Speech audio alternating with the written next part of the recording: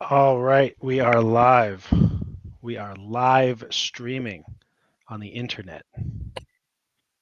Hello, everybody. It's been a while. I've been out for a few weeks Yeah, welcome traveling. back. This live stream was not complete. It was just me talking into the void for a couple of weeks. I did not like it. Yeah, and it's rough, but you held it together. You held it together, keeping Barely. keeping the dream alive of a weekly live stream. Well, today is episode 52, my friend. And Ah, I just did a quick Google search, and 52 weeks is the number of weeks in a year. So, so there's been a full year since we at least, I mean, we've started had doing weeks this, off, at so it's been at least. least a year, yeah. Wow, that's great. Well, welcome to everybody. I'm not in the office yet, or at least I think next week I'm recovering from some jet lag and stuff like that.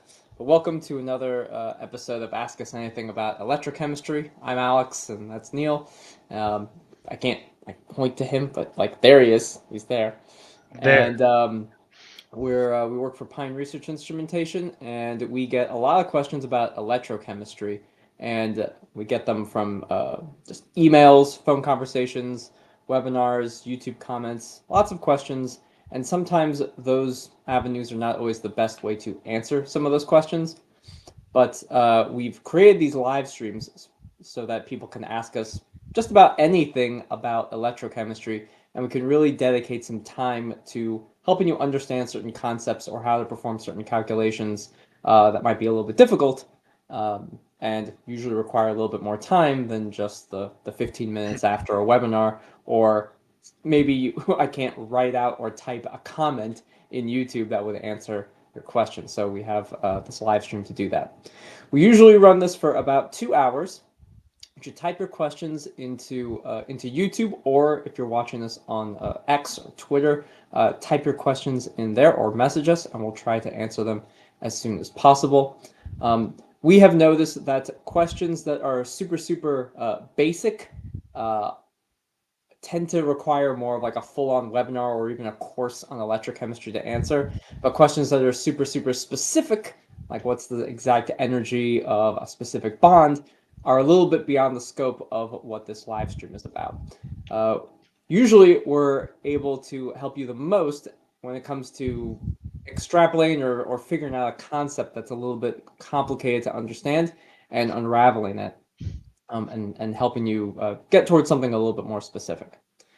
We apologize in advance if we mispronounce anybody's name. And I'm trying to think if there's any other things. If you're a tier 1 or tier 2 YouTube member, thank you for joining. You are able to join us kind of backstage to ask us a question if you want to present data or a voltammogram for us to look at. Sometimes just describing, I get a weird voltammogram, isn't helpful. But if you show us what the data looks like, we can usually provide a lot more information. So if you're a tier 1 or tier 2 member, you're able to join us on the backstage with Restream, and you can talk to us. You don't have to type to us. You can just have a conversation.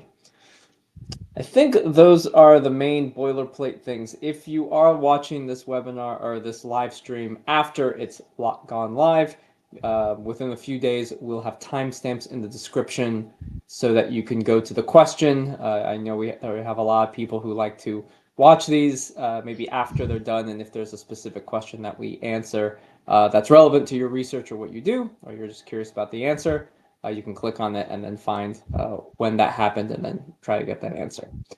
And I think with that said, we can start answering some questions. And I There are. am also on the back end. I'm not actually logged into Restream the traditional method, so I actually can't. I don't have any control over whose questions we answer or look at. But So Neil, I I am not ignoring you. I promise, which is not why I'm quiet. I have some data to answer the first question. I was sure, yeah, pulling yeah, up some absolutely. stuff. So Parastu has a question. I wanted to grab some data from, like, I think a customer had previously sent this data to me. It could have been years ago. I have a lot of data in um, archived here. But I will try to at least answer the first part. I suppose I'll try to answer both. But Yeah. please explain the method of calculating ECSA, that's the electrochemically active surface area, and the Tafel slope with Aftermath software. So let me share Aftermath software with you.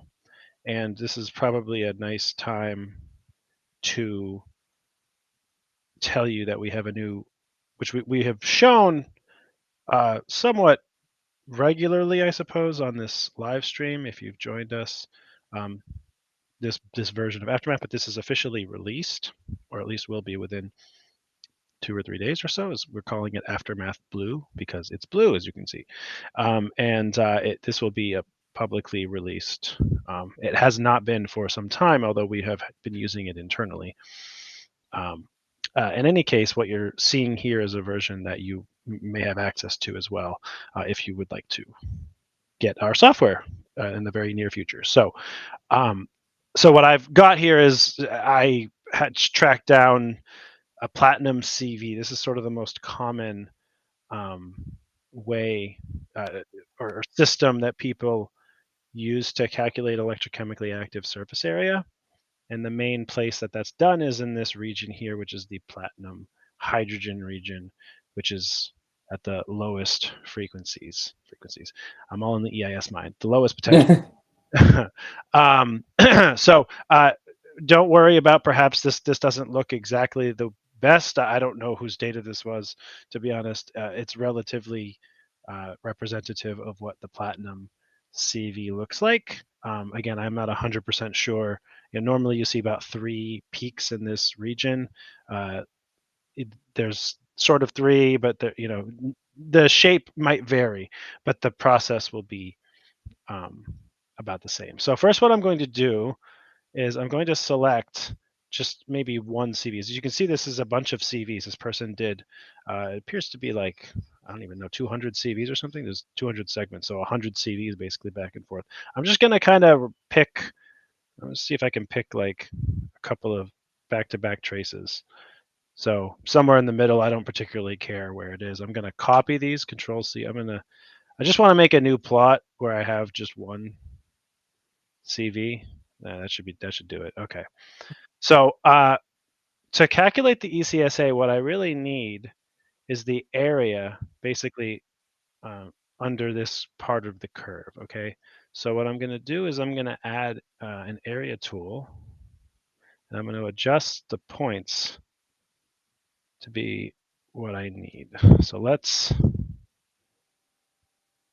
put this, and this will be the level of accuracy here is something you can probably play with yourself, so to speak.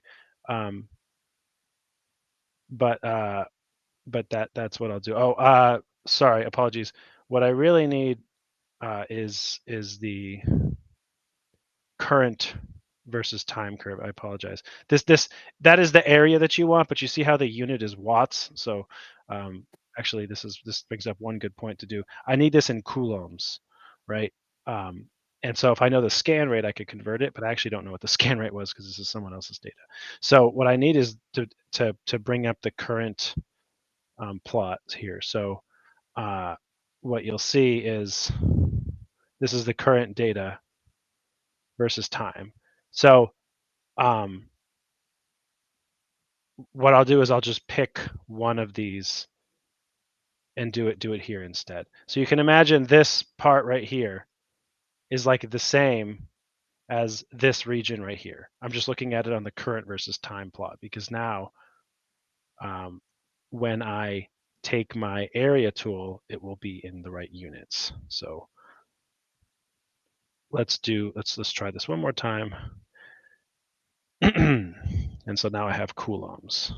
And so let's try to limit this area as best we can, roughly speaking, to just these peaks. This is the peak. And this is the part of a platinum CV that is related to hydrogen adsorption and desorption. So one of the things you can do is you can also take the area, for instance, of this bottom section. Sometimes people will take the area of the top and the bottom, and they'll, you get an efficiency. Sometimes you average it. this top portion is the desorption. Sometimes you pick the adsorption instead. I'm just going to do one for simplicity. And so what I have here is 68, let's just call this 69 microcoulombs. So what we do with this number to calculate the ECSA is we use knowledge, which is very nice and unique for platinum, which is that the platinum hydrogen adsorption desorption process has, like, I don't know what the terms, like specific capacity or something like that, or specific charge of 210 microcoulombs per centimeter squared. Okay. So that is like, again, I'm not, I'll be honest, I don't 100% know the theory that goes into calculating that. And one of the tricky things that we get, for instance, in questions in these live streams, somewhat frequently, is calculating ECSA for other systems. And it becomes tricky because this platinum hydrogen thing has a very well-known and well-defined number like this, and not every system does. So you're sort of forced to like figure it out or try to calculate it. And I don't know exactly how to do that. You know, for like, oh, if you're doing nickel and alkaline, or, you know, palladium on and acetonitrile, like what is the, I don't know the answer to some of those questions. You might be able to find some of those in the literature. For platinum, it's just the most common one people use, and it's relatively easy. So without further ado, the calculation is actually quite simple, and perhaps you can see it dimensionally. I'm after the surface area. This is area, right? And what I got from my plot was, let's just say 69 microcoulombs. So what I'm going to do is I'm going to divide this by 210. And that's basically my answer. Microcoulombs per centimeter squared, right? And what is that number? That's like a quarter, something like that. 30%, 0.3.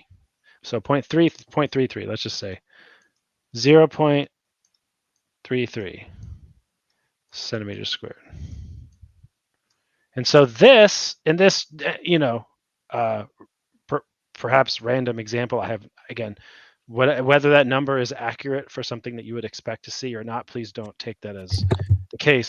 This is just a platinum CV I found from some random data from years ago. I don't even know anything about the system. I just wanted to show you what a platinum CV looks like. But this is, in that particular case, the ECSA. So maybe this is something like platinum on carbon, right? And you're looking at, I have, for instance, a disc electrode typically has 0.196 square centimeters of geometric surface area, but my ECSA is double that, or something. And so what this is an estimation or a calculation of is just that. It's a surface area that is sort of more meaningful in many ways than the geometric surface area, because it's more indicative of electrochemical behavior. And so sometimes people will normalize to geometric surface area. Sometimes they will normalize to electrochemically active surface area. Sometimes they won't tell you which one they've done, which is even more frustrating if you're reading a paper and they give you current per area, and they don't say which they normalize to. But many times people will report ECSA, and this is the most common way to calculate it in our software. And for platinum, again, for other systems, it will be a little bit different, perhaps a little more complicated. So let's see. There's some other part of this question. Yeah, how to get the Tafel slope. How to get the Tafel slope. Yeah, sorry, I was finding the question again. Here it is. So, yeah, so how to get the Tafel slope with aftermath. So, what I have here is data from my RRDE webinar, and so there's a lot built into the Tafel slope, which I talk about pretty frequently. And that is to say that it requires you to have kinetic current. So all of these data in this sheet that I'm showing you right now come from RRDE experiments, which actually I have here, which are these experiments.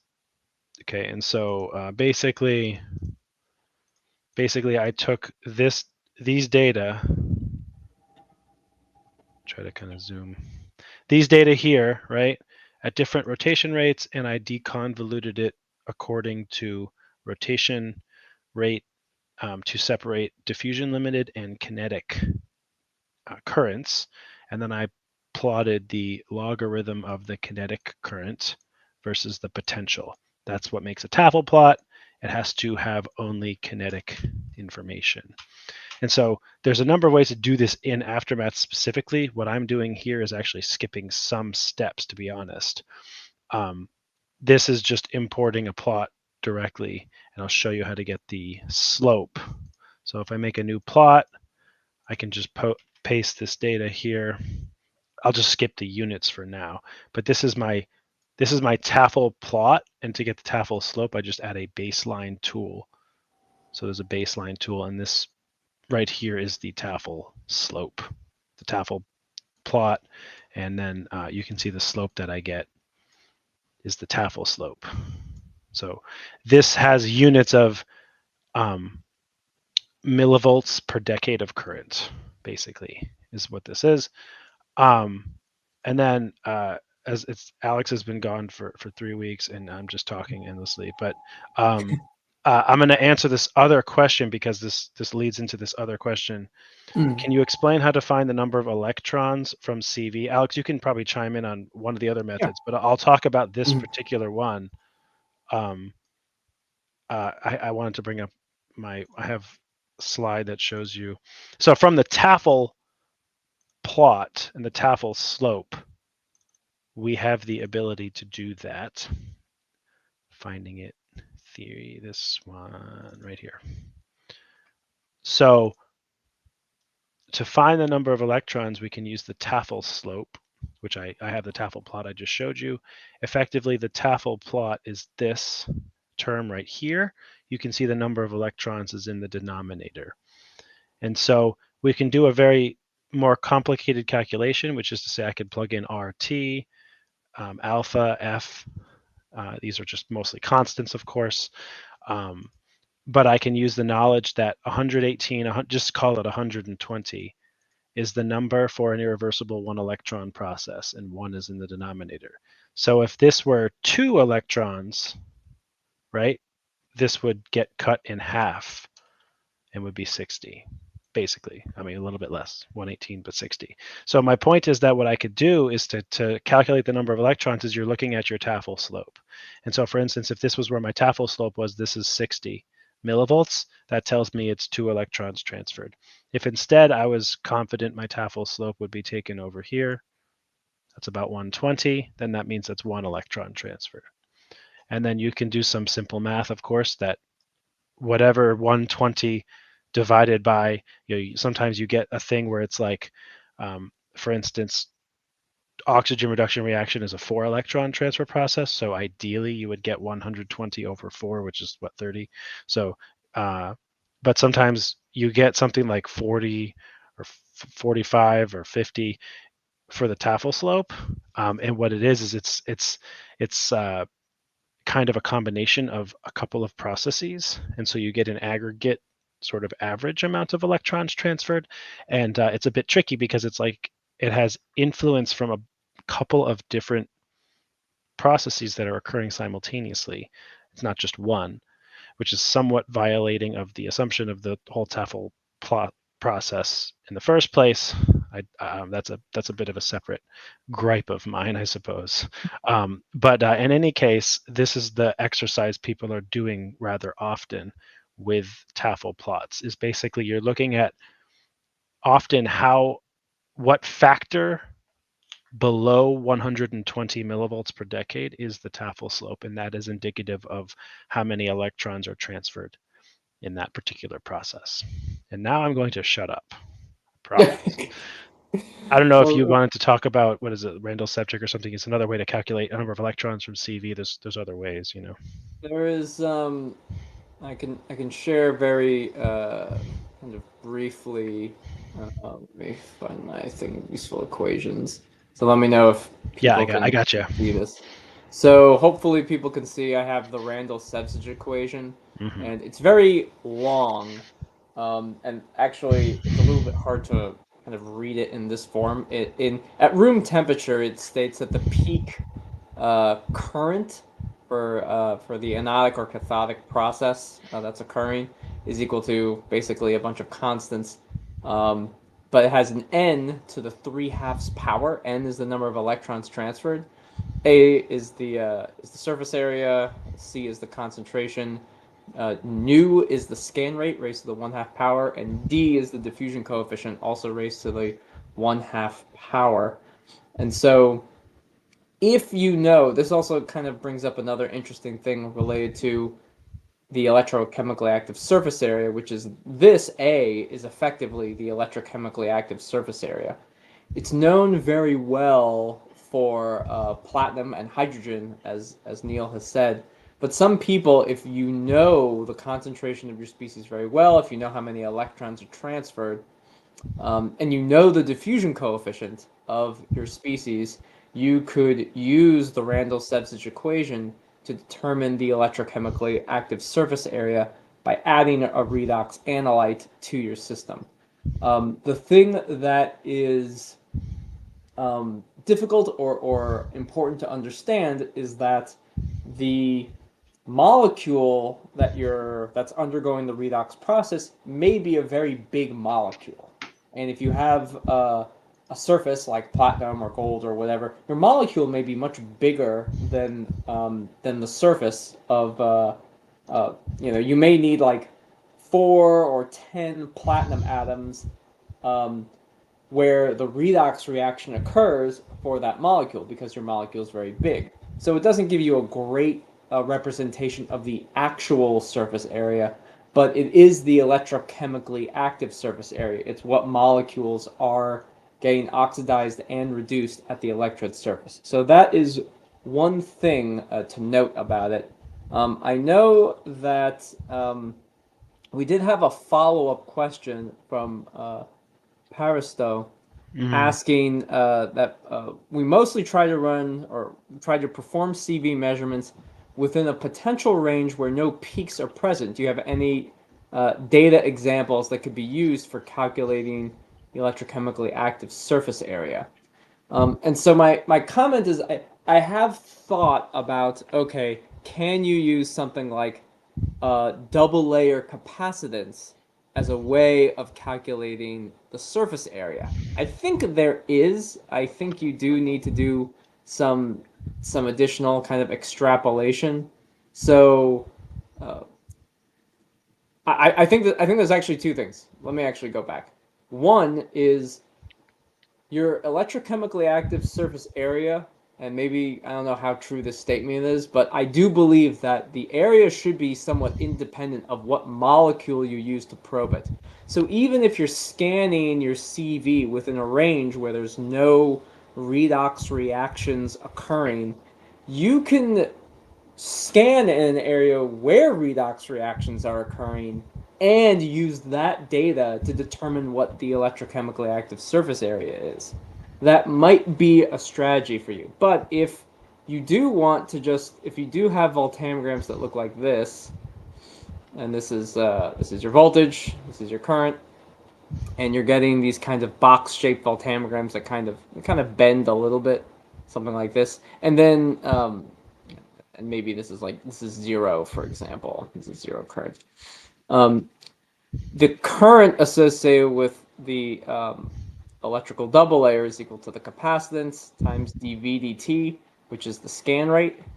And so if you do scan rate studies within this range, if you change the scan rate, and I'll just do this in a different color to show it, you will get, say, a larger or a different sized capacitance depending on what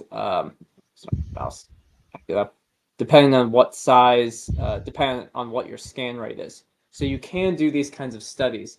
And then what you can then do is I need to look this up online, but equation for just a capacitor. Yeah, it's like Just over the distance squared or something. I forget what it is. Yeah, yeah. It's Dielectric like constant times something. yes, yes. I think it. Let me just. Hold on. I want to make sure I get it right. It's It's EA over D.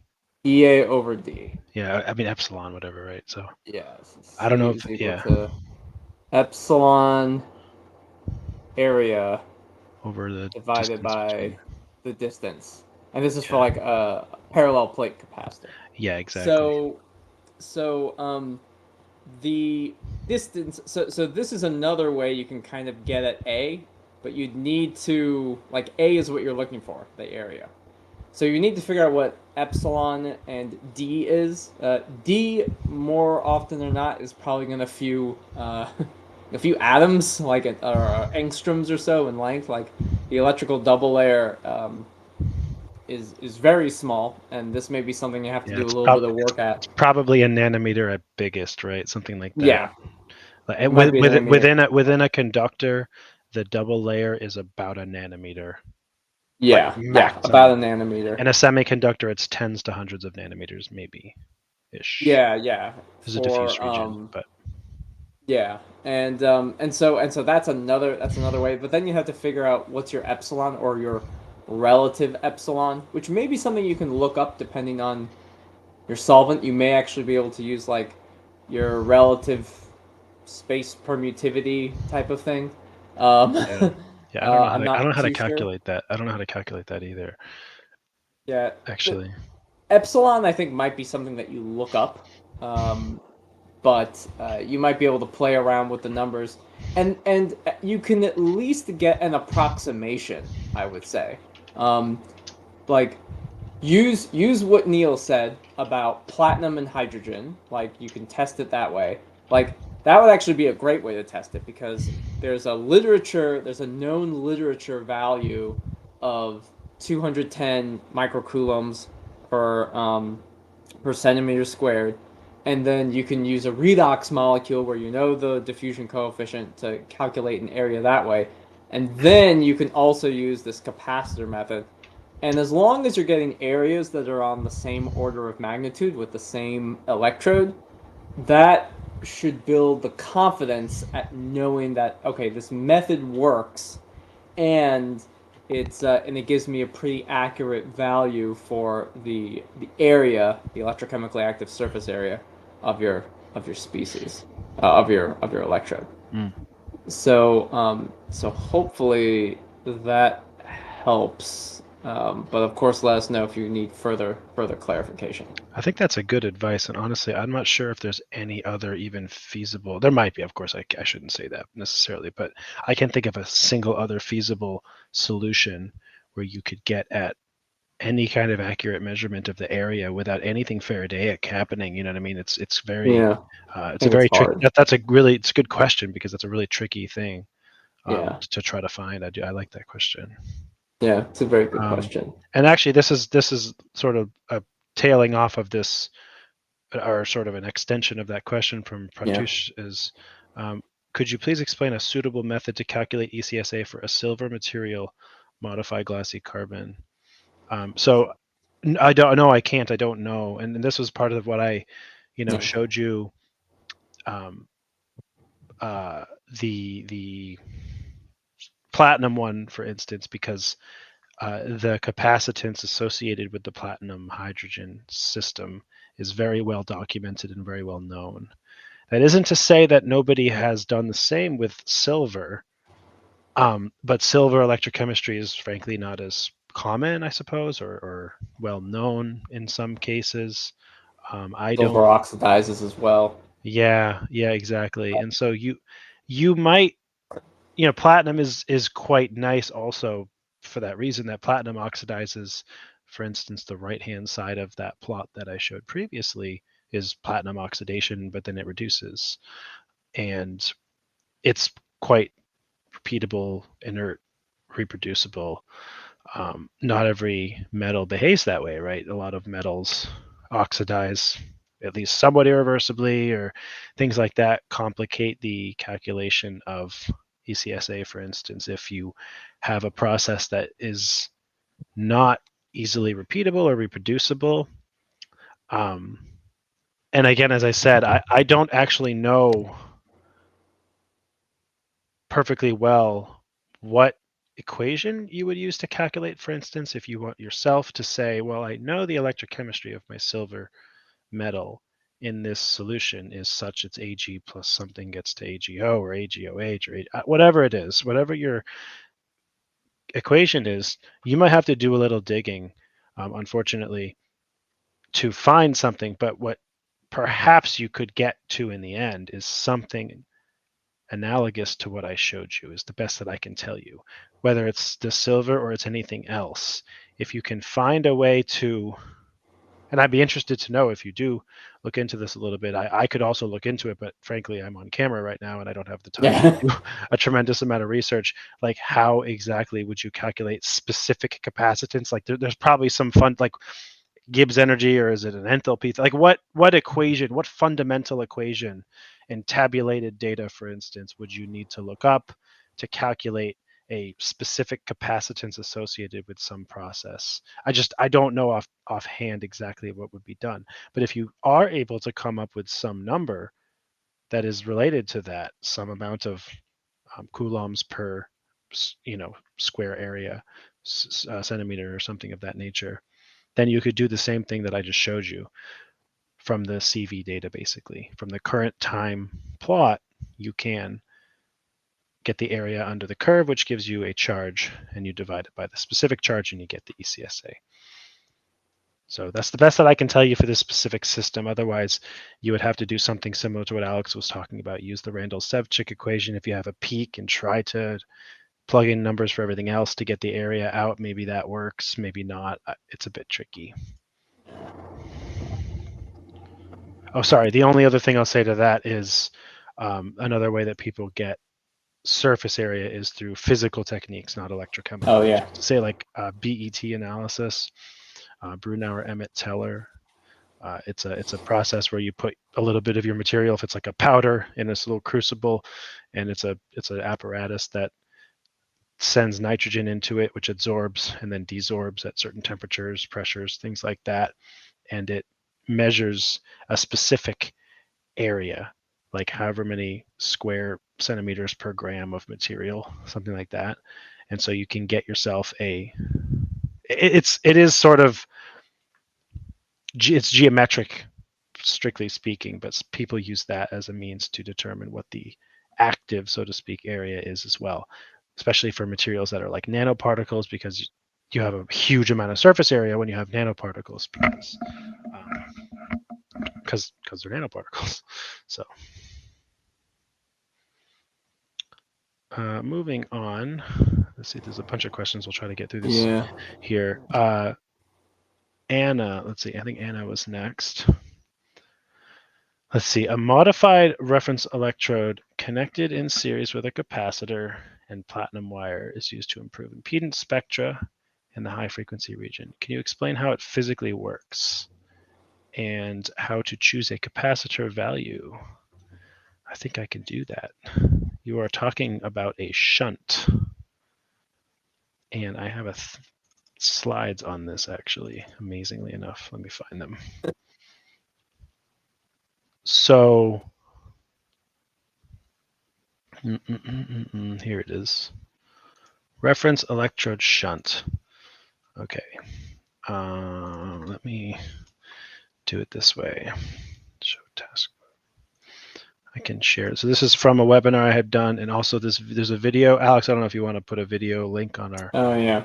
We have a video. Find it. While I'm doing this, Alex can kind of show everybody. So there's a video where I talk about this in a little more depth. It's from a webinar as well, but I'll explain to you how it physically works. This is so what we're talking about when we have a platinum wire with a capacitor and in basically in parallel with a reference electrode. It's called a shunt. Okay, and so the reason that we do this is because high frequency impedance can have artifacts or errors. This is typically from a process called parasitic capacitance from the glass of your reference electrode. I'm not going to get into that too heavily right now, I can ask this question about it, but I'll move on for now, just accepting the fact that that high frequency typically has some issues, inaccuracies. So we add a shunt. So if we have a typical 3-electrode system, I have my working electrode, my counter electrode, and my reference electrode, okay? And I connect them to my potentiostat. So these are cables to go to my potentiostat, right? What we do when we add the shunt is the same thing that you just described. And for those who are curious about what this is, it's where we add a platinum wire, for instance, and a capacitor in series, and we connect that in parallel to the reference electrode. We connect the whole thing to the reference line. Okay, and so you asked the second question, what do I pick? 10 nanofarads, 1 nanofarad. I'm showing 100 picofarads here, just for instance. I'll show you why that matters. Okay, so typically for a reference electrode with a frit and aqueous solution, let's just say, its impedance might be somewhere between like 100, 1,000, 10,000 ohms, kilo ohm, 10 kilo ohm, something in that range. The frit typically causes impedance around that magnitude. Okay.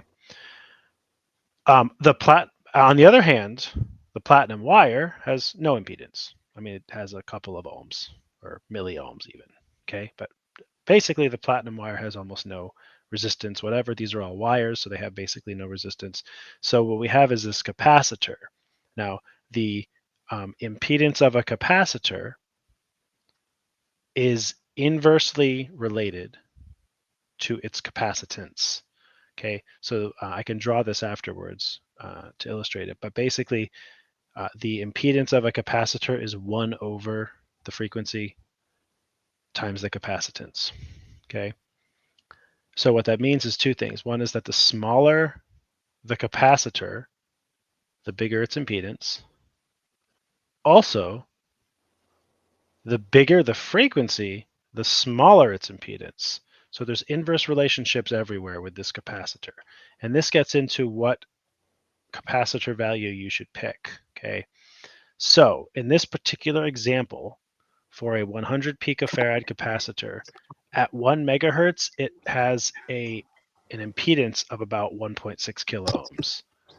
At 100 kilohertz, it has an impedance of about 16 kilo ohms. Okay, so what does this mean practically? Well, a potentiostat and current more generally, or sensing, electricity generally speaking, is like water. Okay, it flows and uses the path of least resistance or least impedance. And so what this means is at any given point in time, depending on what frequency is occurring with the potentiostat, if you're doing impedance, it will use the sensing path that has the least impedance. So at high frequency, for instance, let's just say 1 megahertz. Let's say my reference electrode impedance is 10 to the 4. It's a 10 kilo ohms. At that frequency, the impedance of my shunt is 1.6 kilo ohms. So the impedance of my shunt is less than the impedance of my reference electrode. So the potentiostat will sense this pathway. It will ignore the reference electrode. And this is a good thing because, as we said, there are problems with the reference electrode at high frequency. And so we are bypassing it. We are ignoring the reference electrode because it has a higher impedance fundamentally than the shunt through this capacitor. However, as the frequency drops, say 100 kilohertz, well, the impedance of my reference electrode is not changing, it's just static. So this is 10 kilo ohms. Let's say my capacitor is 100 picofarads. Well, now at 100 kilohertz, it has 16 kilo ohms of impedance. 16 is greater than 10, and so the potentiostat will at some point switch and start sensing the potential at this pathway in my reference electrode. Okay, so that is how it works with your potentiostat fundamentally. I won't move on anymore for the sake of your question. The point of what value to pick is about determining what the impedance of your reference electrode is and determining the frequency range where you're having these kinds of artifacts or problems at high frequency. So if you are having problems for that first decade, this example would be a good illustration of what kind of capacitor you should pick. On the other hand, if you decrease your capacitor, if you increase the capacitance of your capacitor up to a nanofarad, as you increase the capacitor value, okay, you decrease its capacitance. So if I go up 1 order of magnitude from 100 picofarads to 1 nanofarad, all these values go down by 1 order of magnitude. So what that would mean practically is I get another decade of current, another decade of frequency. There was a lot of units here, so I'm trying to speak clearly. If I go from 100 picofarads to 1 nanofarad, I now have another decade of frequency that it uses my shunt. Sorry, I wanted to make the thing go away. There we go. Okay, so that means that from 1 megahertz to 100 kilohertz, it would still be using the platinum wire. And so I'm only going to want to do that if I know my data is inaccurate at those frequencies. If my data starts to be accurate because the reference electrode artifacts aren't that big of a problem at 100 kilohertz, then I can use the example shown in these slides right here. Okay, I hope that's clear for you. To a large extent as well, even despite what I just mentioned, you could do the calculations of exactly what your capacitor should be in a shunt, and there's still probably some trial and error involved. You're going to plug in a different capacitor and see how it looks, because there's other tricky things. I won't talk about this much more because the question could go forever, but basically there's a lot involved in this process, and generally speaking, trial and error is a good idea as you plug in different capacitors and see how your impedance data looks, especially at high frequency. Very good.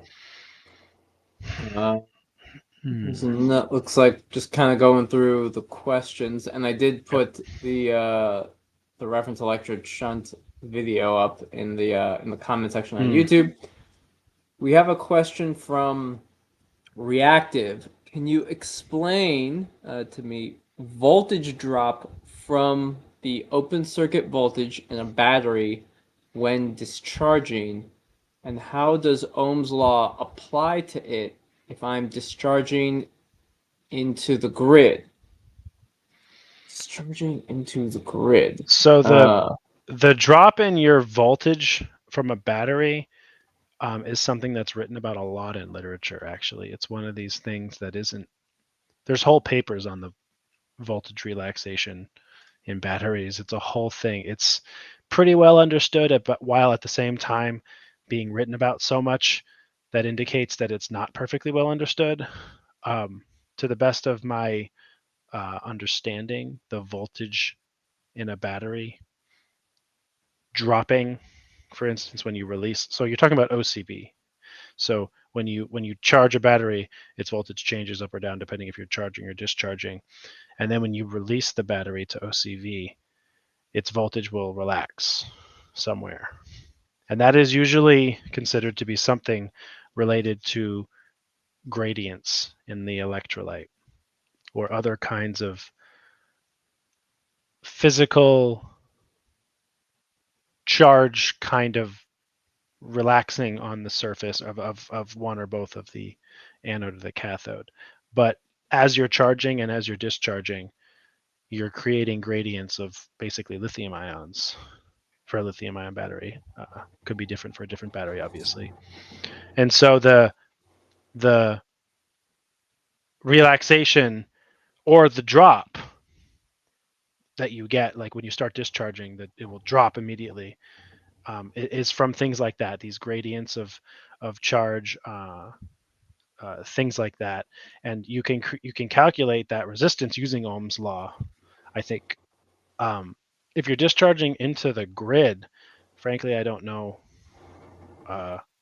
exactly what implications would be there, because I don't know what the impedance characteristics are of the grid as you connect a battery into it to you know, put power if you're a good Samaritan and you're powering your entire neighborhood with electricity from your battery. I don't know.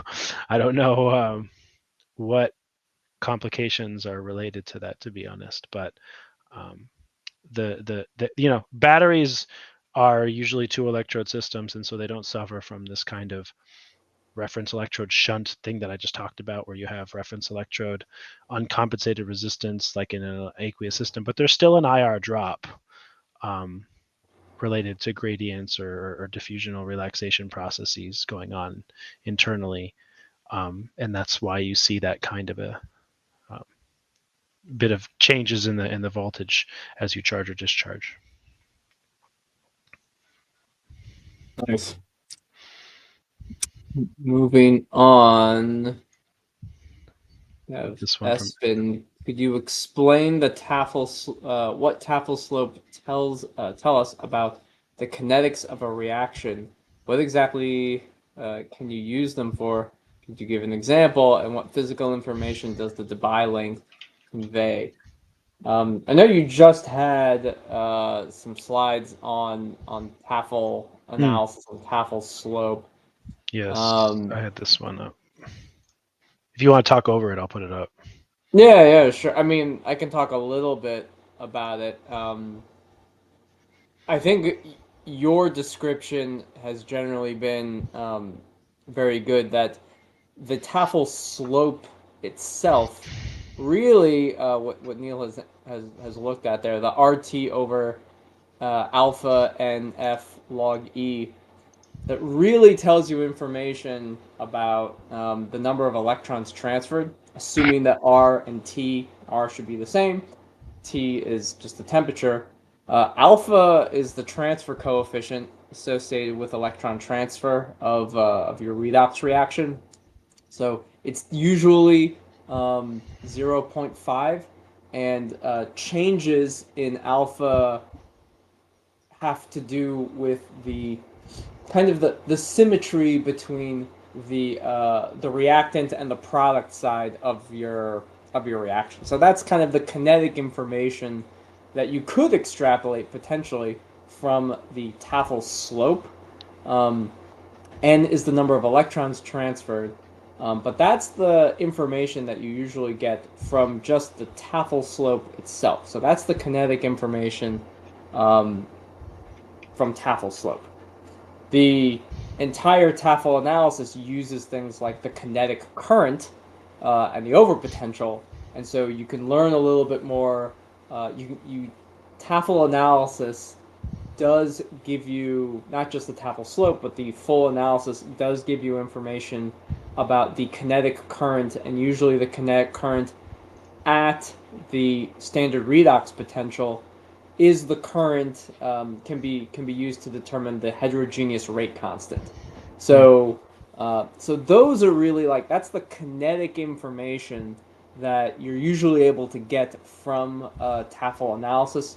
Most people will use, yeah. So that's the equation for the kinetic current.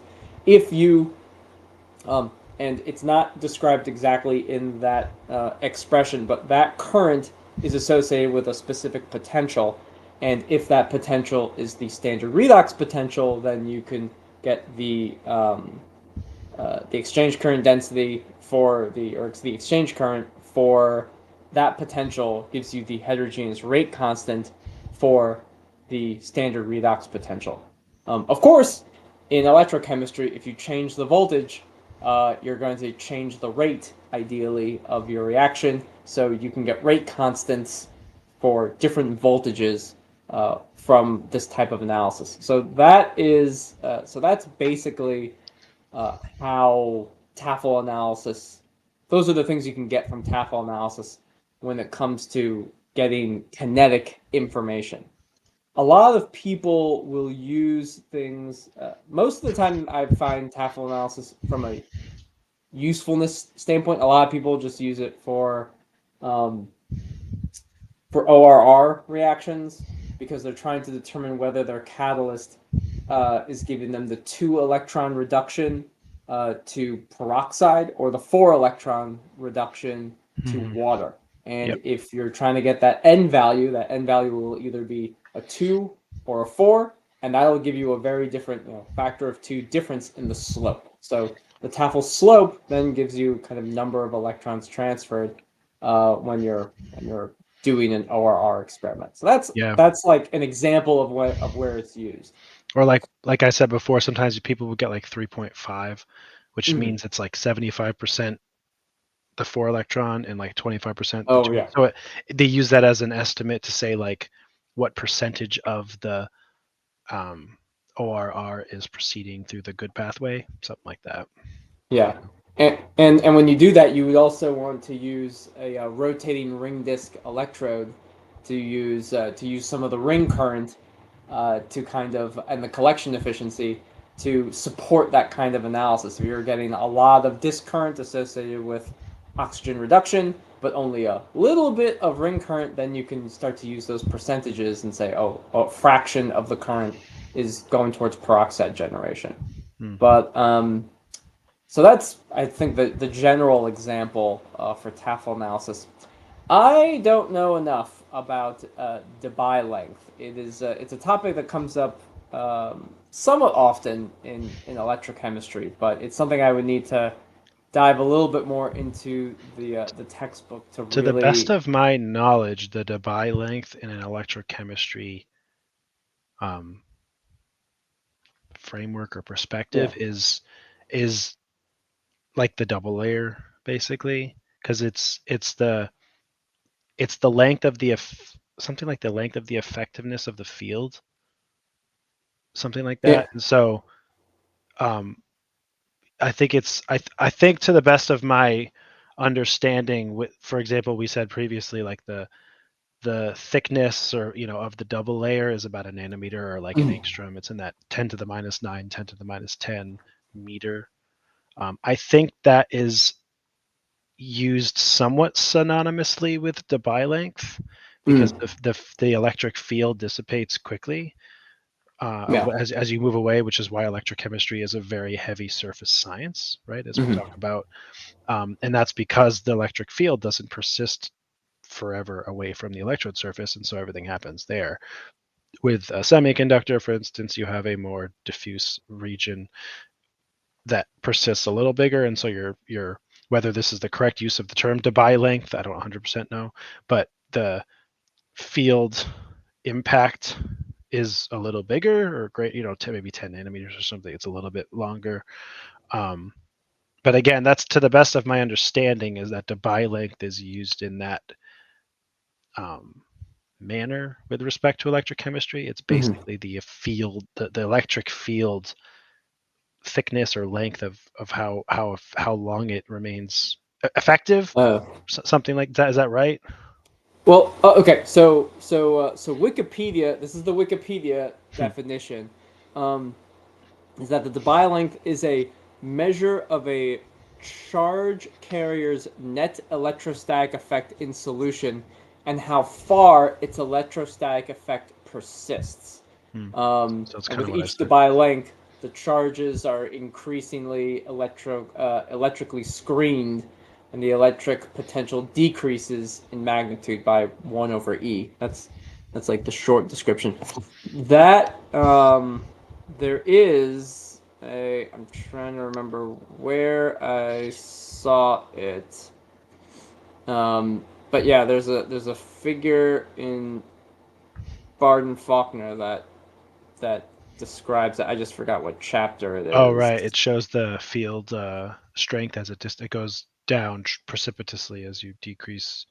As you go farther away from the surface or whatever. Yeah. It's for most metallic electrodes, it's nanometers or whatever. I can just share this very quickly so people can see. I will make this a little bit bigger. Hopefully everyone can see it. It went away. But this is from Barden-Faulkner. It went away. It went away. Oh, it went away? Well, let me do that. I shared it and it went away. Try that one more time. Okay. There we go. So it's a little hard to see. I'm going to just crop the parts that are important and try to blow it up. And so this is chapter 1 of Barden-Faulkner, the 3rd edition. This figure still exists in like the second edition, which I think is more common. But this part B of this figure shows that the potential that you apply with a potentiostat, this phi m, decays or changes quite quickly as you move away from the electrode surface. And so this x1 is the inner Helmholtz plane, x2, which is kind of here, is the outer Helmholtz plane. So not very far, just a couple solvent molecules away from the electrode. And then just a little bit more, this is like the diffuse layer. And then it's basically the same field strength as just the solution, as if there was no electrode there in the first place. So I think what we're saying is that the Debye length, which I think is a function of the electrolytes that you use, will change this profile and its length. That's what I'm guessing. Okay, Ricardo is getting a very strange Tafel plot. So I have a Tafel plot where the slope came out to be 1528 millivolts. Isn't that very high? Yeah, something is definitely wrong. So one of a few things is going on. First of all, that is not the correct unit. So I assume you're talking about millivolts per decade of current. So make sure, number one, that you've taken the logarithm base 10 of your current, right? The slope is y-axis is voltage, x-axis is the log base 10 of the current. So make sure you've taken the log base 10 and not the natural log. That will make it off by a factor of, I don't know, 2 or 3 for the first thing. You're off by a factor of about 10 or more, which leads me to believe that you've either improperly calculated and transformed your data into a Tafel plot because you're not using kinetic information, in which case the Tafel plot is basically meaningless. It implies only kinetic information. The Tafel equation is a direct derivation of the Butler-Volmer equation, which is a kinetic equation. And so if you are just taking any old CV or LSV and making a Tafel plot out of it, you can certainly do that. And it also certainly means nothing because it's not kinetic information only. It is diffusion and mass transport and capacitive and non-Faradaic and all kinds of things. And so your current is not kinetic, and therefore your Tafel plot is not valid. The other possibility is that you have okay data to be taking a Tafel plot or to be making a Tafel slope and all of that, but you just need to pick a different voltage range. It is somewhat normal that a Tafel plot, when made over a wide voltage range, will have a number of different regions where the slope is different. And you may just be saying to yourself, oh, I definitely need to use this voltage range. But perhaps that's incorrect. Maybe you should pick a different voltage range. Your Tafel slope may vary if you pick a more appropriate voltage range that is around, say, where there's more kinetic information or more kinetic processes occurring.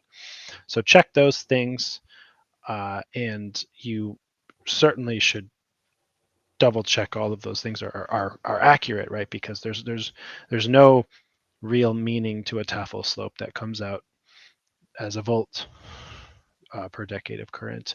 That is far too large. It doesn't really follow from the assumptions and the analyses built into the Tafel equation. All right, there is another question from Pratush.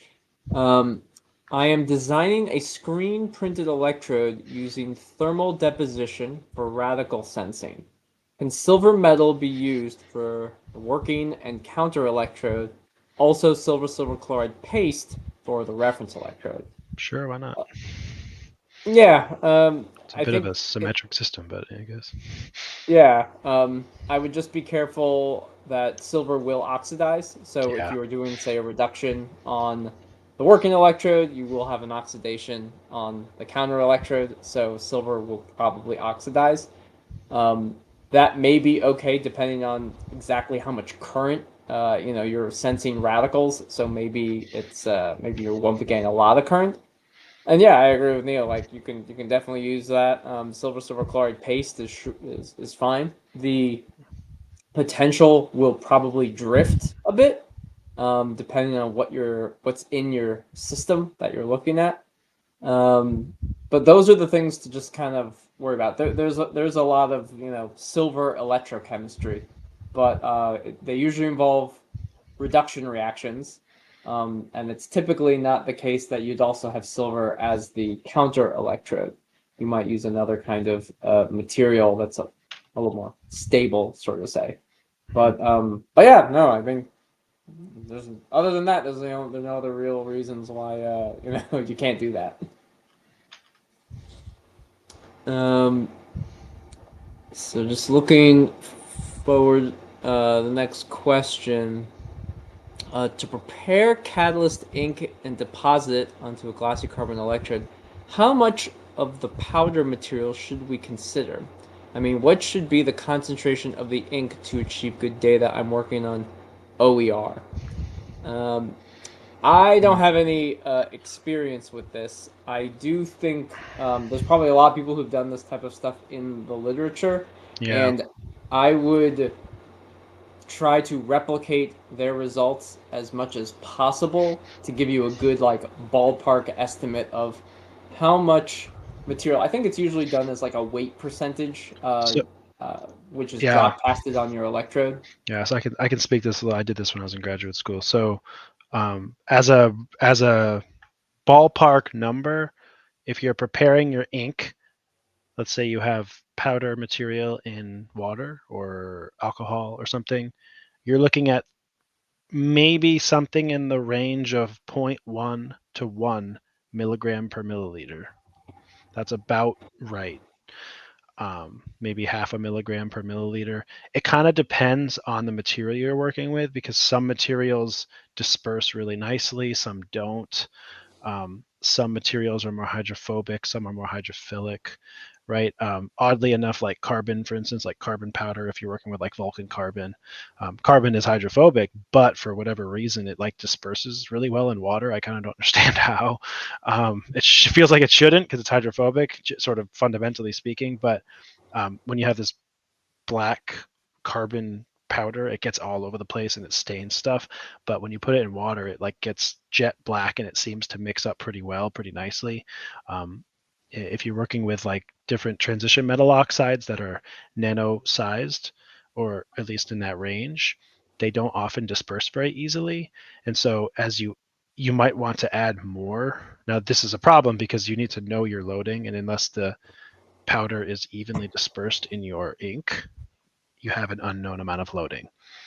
That aside, if you just want to make sure you get something on the glassy carbon, you might increase your loading, increase the ink concentration, so that when you take 10 to 20 microliters and put it on your glassy carbon, you have enough to detect. So when you do your electrochemistry, you'll see something. So you can go on the higher side in that case, do 1 milligram per milliliter or 2 milligrams per milliliter or something like that. And then when you put however many microliters of a drop, you can just do the math, and that's how many milligrams or micrograms, whatever it is, are on your glassy carbon. You want to put like a binder on there to keep it in place as well. Whatever that process, that's quite a convoluted process, but that's a decent ballpark for you for the loading or the concentration, I suppose, of your powder in an ink that would be useful. And the better it disperses, as I said, the ink, the better that it well mixes, the better you have it really uniform, the more you'll know more precisely what your loading is on the glassy carbon afterwards, because otherwise it's hard to know. And that's fine for proof of concept if you're just trying to say, does this thing do OER? And I don't care how much, I just want to see if it works at all. Well, then that's easy. Just load whatever you want, just see how it works. But if you're trying to say more accurately, for how many milligrams I get this much current or whatever metric you're trying to use, then you're going to want to be a little more precise. So again, 0.1 to 1 milligram per milliliter, give or take. That's a decent ballpark. It looks like the next question is from Superb. What software can I use in order to design the physical dimensions and simulate it of the screen printed electrodes? What would be SolidWorks? You can you can design the physical dimensions of Oh, an the electrode. simulating part is you can't. I don't think. I'm not sure if Yeah, you can't. SolidWorks is. Well, you can't simulate the electrochemistry of a screen Yeah, printed electrode, but yeah. I'm not sure what the simulate.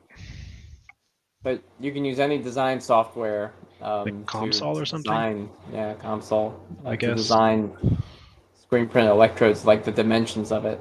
Hmm. Um, I guess the other question is, what do you want to simulate? There's electrochemical simulations, and then there's like Hydrodynamics. simulating how it would, what would happen if you dunked it in water for 10 hours or 20 hours or something like that. Yeah. I don't know enough about that, to be honest. So Yeah. Yeah. The only I don't know, and software I use is SolidWorks on a regular basis for like designing custom kinds of things, but that's more drawing up the physical dimensions of whatever, and um, it isn't simulating per se. It's not running an experiment. Of just I can draw a custom cell that has as many ports or a custom, apparatus or electrode holders, whatever. I can draw things like that, but the simulation part of it isn't really involved. So reactive has this was related to the drop in the voltage, yeah, 4% change normal. It depends. It depends on a lot of things. It depends on your battery. It depends on what you were doing before or after. Um, maybe, like for example, if you have 3 volts, right, 4% of 3 volts is 100 millivolts. That's pretty large. I wouldn't expect to see a drop that much. But if you're charging or discharging really, really fast, then yeah, I would expect to see a decent drop because V is equal to IR for Ohm's law, right? So if you're charging or discharging quite rapidly, your I is very large. So your V will be large, the drop in the voltage.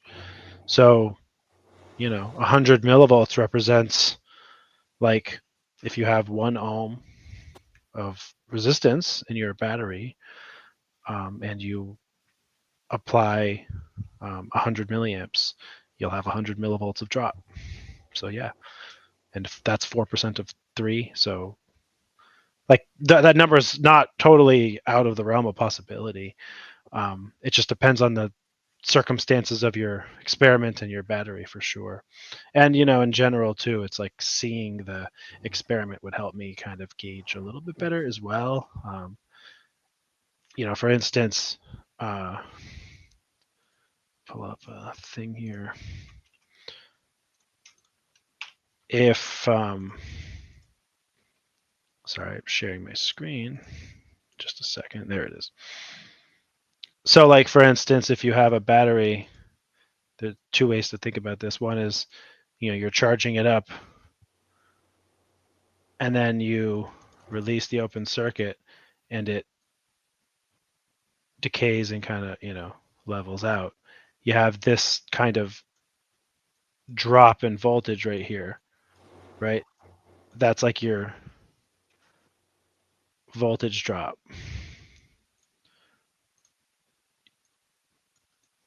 Voltage drop. Another is that if you're starting to charge up your battery, right? And this is OCV right here, and it's just hanging out. And then right at this point, you do like 5C charging. It's probably going to be like you're going to have this kind of jump in the voltage. Same thing for discharging, right? You might have a drop in the other direction. So you might have like this will be your IR drop, but if this is V is equal to IR, so this is just math, right? Whatever your R is, say it's 1 ohm again, and you're applying 5C, if this is 100 100 milliamps, depends how big your battery is. Well, 100 milliamps, then your voltage drop is 100 millivolts. Like, this is just mathematics, right? So any of these situations might be relevant for your test. I don't know. It depends on the characteristics of your battery, but that's not out of the realm of possibility, I guess, is the point. So the next question is from Parth. I'm doing LSV of my material for HER, but after minus 420 milliamp current density, the LSV graph gets parallel with x-axis. So there's a couple things, I guess, to clarify. I don't know if Current it's range. clear. Like, so it's not a current. We need to. I mean, 420 milliamps per square centimeter, maybe Yeah, would it be the sounds current like it, because density. they might be hitting a current range on their potentiostat, is what it sounds like. If it's perfectly parallel, right? It sounds like they hit a current limit. Oh, Like that if it's could, yeah, that if could it's not definitely, electrochemically yeah, explained, it sounds, if it's just flat, that's just you hit the rails of your current range, right? yeah, That could be yeah, it. yeah, yeah. That could definitely be it. Yeah, without knowing like, oh, after a certain voltage, then it flatlines. It's interesting to see 420 milliamps as the current range. But Usually, it's current current range is density, so oh yeah, that's right. this, It's divided by some random it's number. like you have 420 milliamps minus 420 milliamps, but that's per centimeter squared. So minus 420 milliamps per centimeter squared times whatever centimeter squared might be 1 amp or something. one. Yeah, let's just say 100 minus 100 milliamps. Maybe it's like less than, slightly under or something. So like that's a common current range, you know. So what you might have is you might have your HER, your thing going on, and you got HER, and then it just like that. Yeah, That yeah, looks like a current range thing. If it is yeah, not that, maybe you can talk about what it might be happening electrochemically. But if it's like a perfect flat line like this, that's probably a potentiostat current range problem. So you either need to yeah, let it auto range, pick a higher current range, or get a potentiostat with more current capabilities. yeah, yeah. I think when I first read the question, I guess I thought, without knowing the potential, I just thought, oh, maybe it reached a peak and then like it had decayed, and then you had more of like a Cottrell response. But yeah, no, if it's just parallel with the x-axis and it stays there, then yeah, I think current range is probably what might be happening. I Yeah. think we need to see the LSV Yeah. to really know for sure. Because if what's actually happening is more like you have HER and it's going down, and then maybe it's like kind of fuzzy, but it's parallel, whatever, but it's mostly a Yeah, noise. What you might have is just bubbles forming at the surface, and it's interfering, because yeah, that's one of the problems with OER and HER fundamentally is you're producing gas, right? It's just tricky. So at 0 volts versus NHE, because this is the NHE, you're producing yeah, hydrogen. You're producing hydrogen gas. Well, it has to go somewhere. It's going to hang out at the electrode surface unless it has enough turbulence to leave, or whatever, impetus to leave. So a lot of times you're just forming gas bubbles, and gas bubbles impact the electrolyte interface in solution, and it can cause issues like that too. That could be the other thing if it's electrochemical, but the way you described it sounds more like that, perhaps. So it might be a current range thing. yeah, yeah. That was a good catch. Mm. Let's Yeah. see. Reactive has a follow-up. When calculating H2 PEM electrolyzer voltage, I need to use Nernst equation to get cell voltage. I need partial pressures of H2O2 and H2O. I can't understand how to get them. Can you explain this? So you don't need all of those things. Usually some of them go away, like when you're doing the Nernst equation, like like the reaction quotient part of it, Mhm. right? So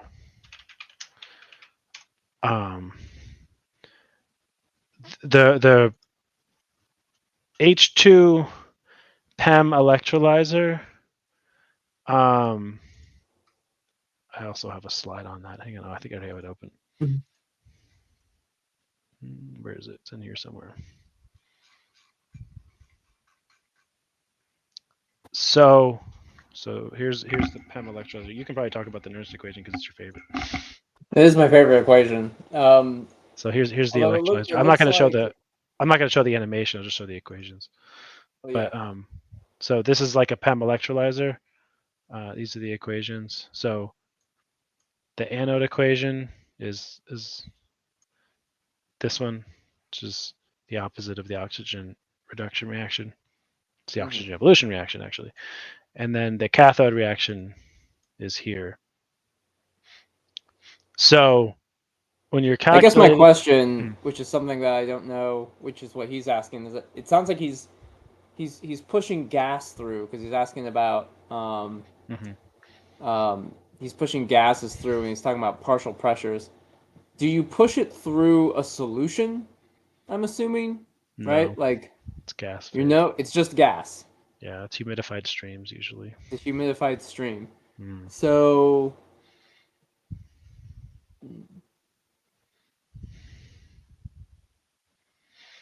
I think that to get the partial pressures, this is not an electrochemistry question. It's a flow. It's a flow thing. I'd have to remember how to do this. So like on the cathode side, for instance, you're flowing. You'll end up. I'm going to butcher this because I did this forever ago when I was in school. But you have like, you have a flow rate of, X. God, I mean, it depends if it's a mass flow rate or a volume flow rate. You might have like X, like grams per, like cubic centimeter or something, or per volume, per area, or per volume, per time, something like this. I'm gonna butcher this. I don't remember 100%. Right, and you do it by mass, I think. So it's like you have a certain amount of water. You have to find out. This is more complicated than I think I could answer very easily. I'm sorry, reactive. I don't know that I can. I'd have to remind myself how to do this exactly. I think I understand what you're asking, because you have a flow of hydrogen. Let's say it has hydrogen in water because it's a humidified stream or something. And so it's like, what's the partial pressure of that? The partial pressure, it's related to the ratio of the masses of the materials in the stream, and it might have to do with the flow rate too. And I'm gonna. It's a bit more than I can exactly remember here. So yeah, I think I will not give you a great answer to that, unfortunately. Yeah. So. Yeah, and it's also tricky because is the electrochemistry happening in the gas phase? Yes. Yes. Yes, the electrochemistry is happening in the gas phase. Gas phase. Okay. Yeah. Interesting. Yeah.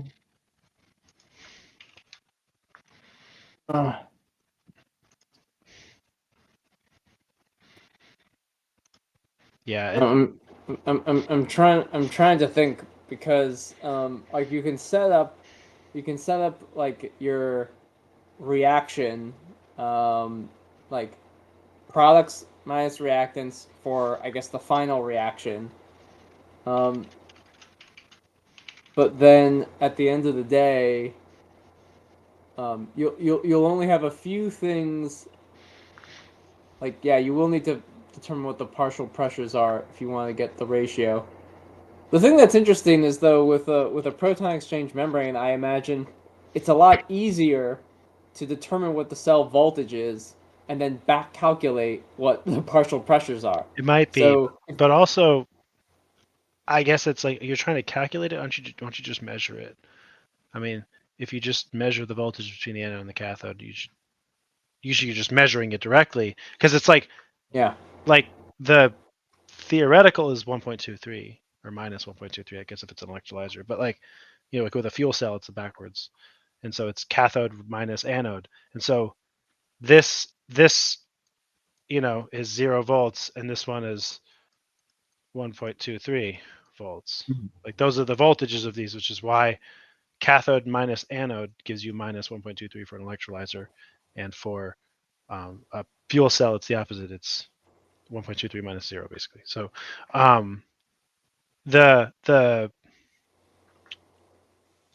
voltage that you measure is you put a potentiostat on either side and you measure it directly. So I guess if you're getting less of a voltage, it's like you're trying to say, like, well, I have less partial pressure and that's leading to a lower voltage because of the Nernst equation. And shifting.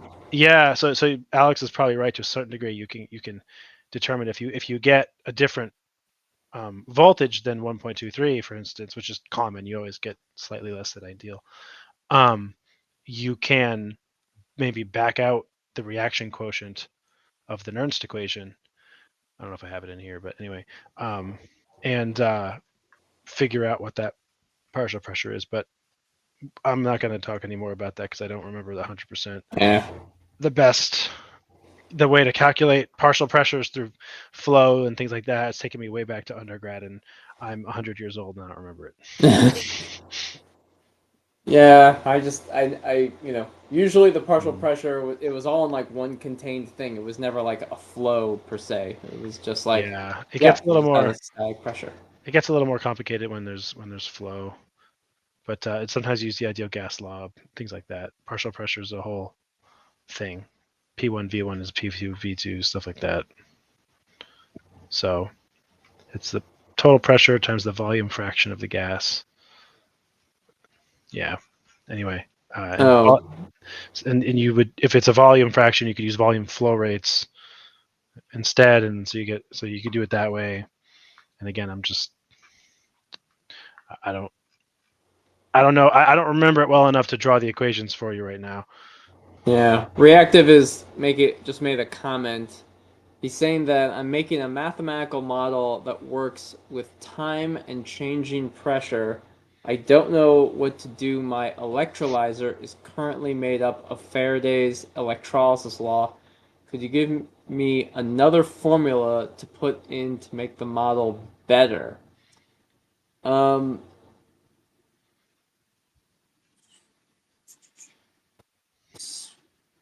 Another formula. I don't know. Electrolyzers made up. And what he's trying to P do is power, not pressure. P is power. Time and changing power.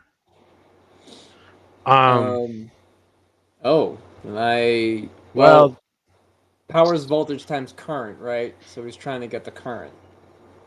Yeah, and the problem is that the behavior of your IV curve is not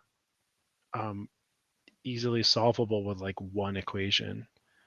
Yeah. The IV curve of a fuel cell and electrolyzer is a mixture of like kinetics and then a transitional region and then a diffusion limited region. It's kind of a bunch of things. Constant 2 voltage. I don't know that I have a good answer for this. I'd have to kind of think about it some more, to be honest. There isn't. Yeah. P This equals. this is kind of, yeah, because the challenge is like there are some equations that relate concentration to current for, like, as you kind of have mentioned, like kinetically, only kinetically limited or not mass transport limited reactions. But to take a pressure and then, but to get to take a pressure and then convert that into a current, yeah, I don't know enough about making adjustments to the model so that it works. And there's another thing that one thing to note about Faraday's law of electrolysis and like the Nernst equation is it assumes equilibrium, right? So it assumes like your system is at equilibrium, and you have like more of a dynamic flow plus and minus of like things going one direction and things going another direction. But like things like cyclic voltammetry are usually like they're transient responses. It's never Yeah, it's not steady state or equilibrium. it's not at steady state. It's not at equilibrium per se. We use a bunch of other equations to extrapolate what the E naught is, even though the getting of it doesn't happen that way. So that's that's kind of hard. Like the Butler-Volmer equation will convert into the Nernst equation at the point where like what is it, like the exchange current density is like 0 or something like that, where like the system is at equilibrium. So that's another challenge for the system that would that would cause some issues. Yeah, and I just fundamentally this is I'd have to like sit down and write this out a little bit with a little more time. Power is current times voltage. So if P is I times V and you're keeping a constant V at 2 volts, you know, um, if I is changing, P is changing, and you can calculate um, Faraday's law of electrolysis. You're determining charge, I guess. There's a lot here, right? There's a lot. There's too many variables. Um, you know, Faraday's law of electrolysis is like determining like how much charge you have based on how much current and the number of electrons transferred. That's what Faraday's law of electrolysis is giving you. Oh Right? yeah. It's basically like the integration of current um, over Oh, to get time. the number of charge per So, yeah, so I just don't. So mass. charge. So um, yeah, I'm kind of. Oh, so does that mean that really he's just trying to get the mass from like is he trying to get the mass of I don't. the I think he's gas just trying to like make a model for how this thing operates, but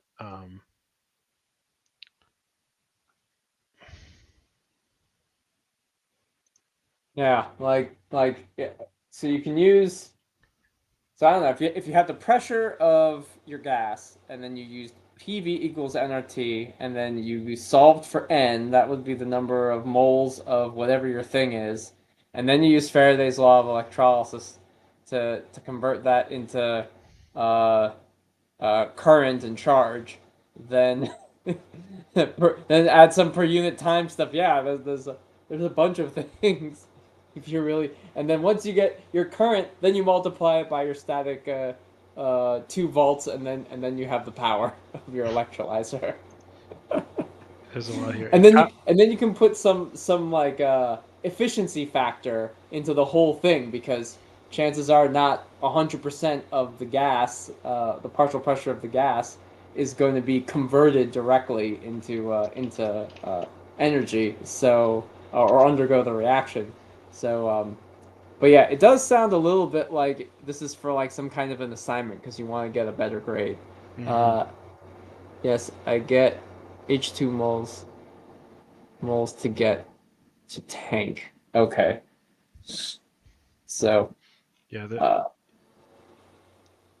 I think we're gonna have to leave this here for now. yeah. There's a lot of calculation that we would have to also work through here, and um, I'm not sure we want to spend all this time working through it right now. I don't, it's almost a mixture of electrochemistry with some Engineering. stuff, flow rates, and other sorts of fundamental equations with power, energy, current.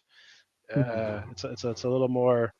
It's a little more um, university coursework stuff that, again, it's been a long time, so I don't really know that I've got the best answers for you to answer that. Let's see, where were we here? We have one from Santiago. Okay. Um, And I think maybe we need a little bit more clarification. I don't know. When is it appropriate to use linear kinetics versus Tafel kinetics? I'm not 100% sure I know what you refer to as linear kinetics. Yeah, I don't know if I know what that really means. Um, Tafel, there is some. I mean, generally speaking, when we talk about kinetics in general, if we even break things down to like an Arrhenius expression, everything usually has some kind of exponential. It's always like the rate of a reaction is equal to some constant times e to the whatever, something t times t or temperature or whatever, and it's exponential in nature. So even Tafel analysis does have an exponential um, in it. So the only time whenever that kind of expression is linear is when e is zero. You know, when you have e to the zero, then you have a linear expression where the rate will change linearly with whatever that thing is, voltage, uh, temperature, stuff like that. It's just interesting because while there can be a zero, what we refer to as zero order kinetics that can happen, it's fairly rare. Most of the time, a lot of chemical reactions are first order or pseudo first order in nature, maybe second order, but first order, and they always fit to some kind of exponential curve, either an exponential decay or an exponential rise. So so that's something to at least think about. And I think the last thing I'll say is that Butler-Volmer, Tafel kinetics is a result of Butler-Volmer, and Butler-Volmer is kind of derived in a way from first principles. It just takes A plus electron gives you B, and from there, how do we derive everything else? So if your system is starting with that, then you should use Tafel and Butler-Volmer kinetics. Hopefully that was helpful.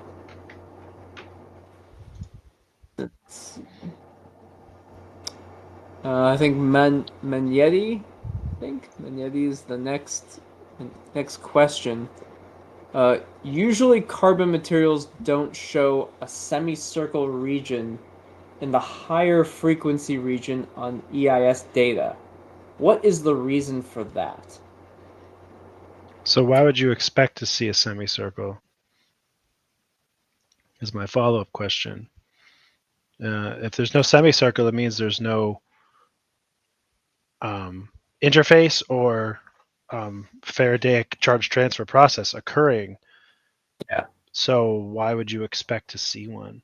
Um, you know, with carbonaceous materials, if you're using them as a substrate and you put a film on it, often with those kinds of situations and experiments, you will get a small semicircle in the high frequency region, which is indicative of the substrate film interaction.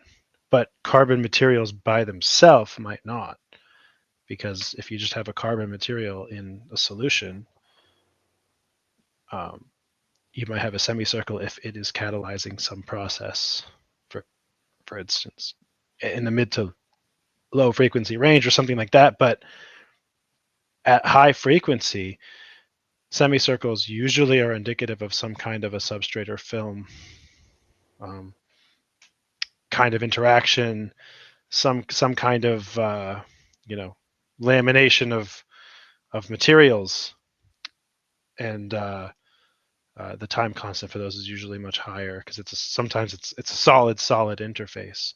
But I guess I don't understand why you would assume carbon material on its own would have a semicircle at high frequency, because I would not expect it to. So uh, that's some answer for you talking through that kind of system. But apart from that, I would need to know more about your electrode or your setup if you would explain perhaps why you would expect to see that, or maybe in another system or another set of parameters you did see it or you're expecting to. Okay, so there's a bit of a follow-up here. Yeah. I'm testing activated carbon as electrochemical double layer type electrode materials. Yeah, even more so. And if you're just doing double layer type kinds of tests, you wouldn't expect to see much of a semicircle at all. Double layer capacitors is capacitance, so you should see mostly just kind of straight lines. Ideally, it'd be straight up and down, but it might be tilted, whatever the right angle for my arm is here on camera. It might be at a slight angle, which is fine. You'll have some non-ideal capacitance heterogeneities in the surface and things like that. But I would not expect to see a semicircle per se unless you have a Faradaic process and the impedance is being performed at a potential that is causing that Faradaic process. So I don't think it's unusual at all. You wouldn't see a semicircle. In fact, I'd be the other way around. I'd be surprised if you did see one. Parth is giving us some more details regarding the LSV flat line, and it does sound exactly like he has a current range problem. So I'm glad that we kind of, or Neil, you pointed that out quite accurately. He does have a follow-up on should we use positive feedback or solution resistance of impedance for IR compensation of LSV. I think impedance is the best option. Yeah, generally speaking, you can Positive use positive feedback. Yeah, positive feedback's fine. In my experience, positive feedback will tend to slightly overestimate the amount of uncompensated resistance. Just practically, that tends to be what I've seen happen. I think my impression is that it tends to happen because it's looking for where the potentiostat oscillates, and that's usually right at the point where it's at the IR compensation. But excuse me. But sometimes you can go slightly beyond that before the potentiostat is really oscillating out of control, and so you'll get a false. It's like if it's like it should be like 100, and the potentiostat is kind of oscillating at 100, and then like at 105 or 110, it really goes out of control, and so you'll say, oh, it's 110, but it's like it really is 100. You know what I mean? It's sort of like the potentiostat kind of crazy, but not crazy enough yet. But reality is it's like 100 is the answer. So impedance will give you, in my opinion, a little bit more of an accurate estimate of that. It's just that positive feedback is nice for potentiostats, for instance, that can't do EIS. Some are not AC capable. So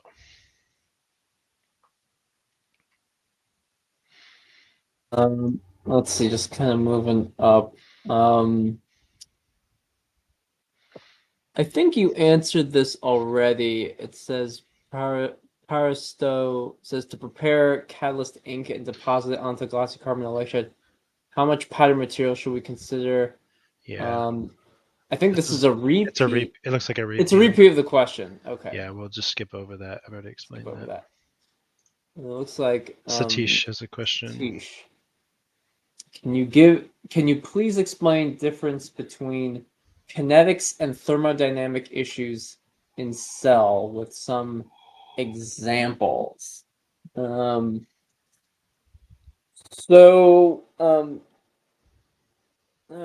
Kinetics and thermodynamic issues are usually chemistry related more so than say like an instrumentation or a cell configuration type of thing most of the time.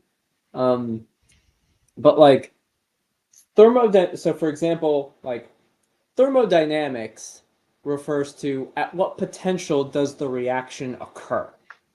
So that's like at what potential does this thing occur? What's the lowest potential that this occurs?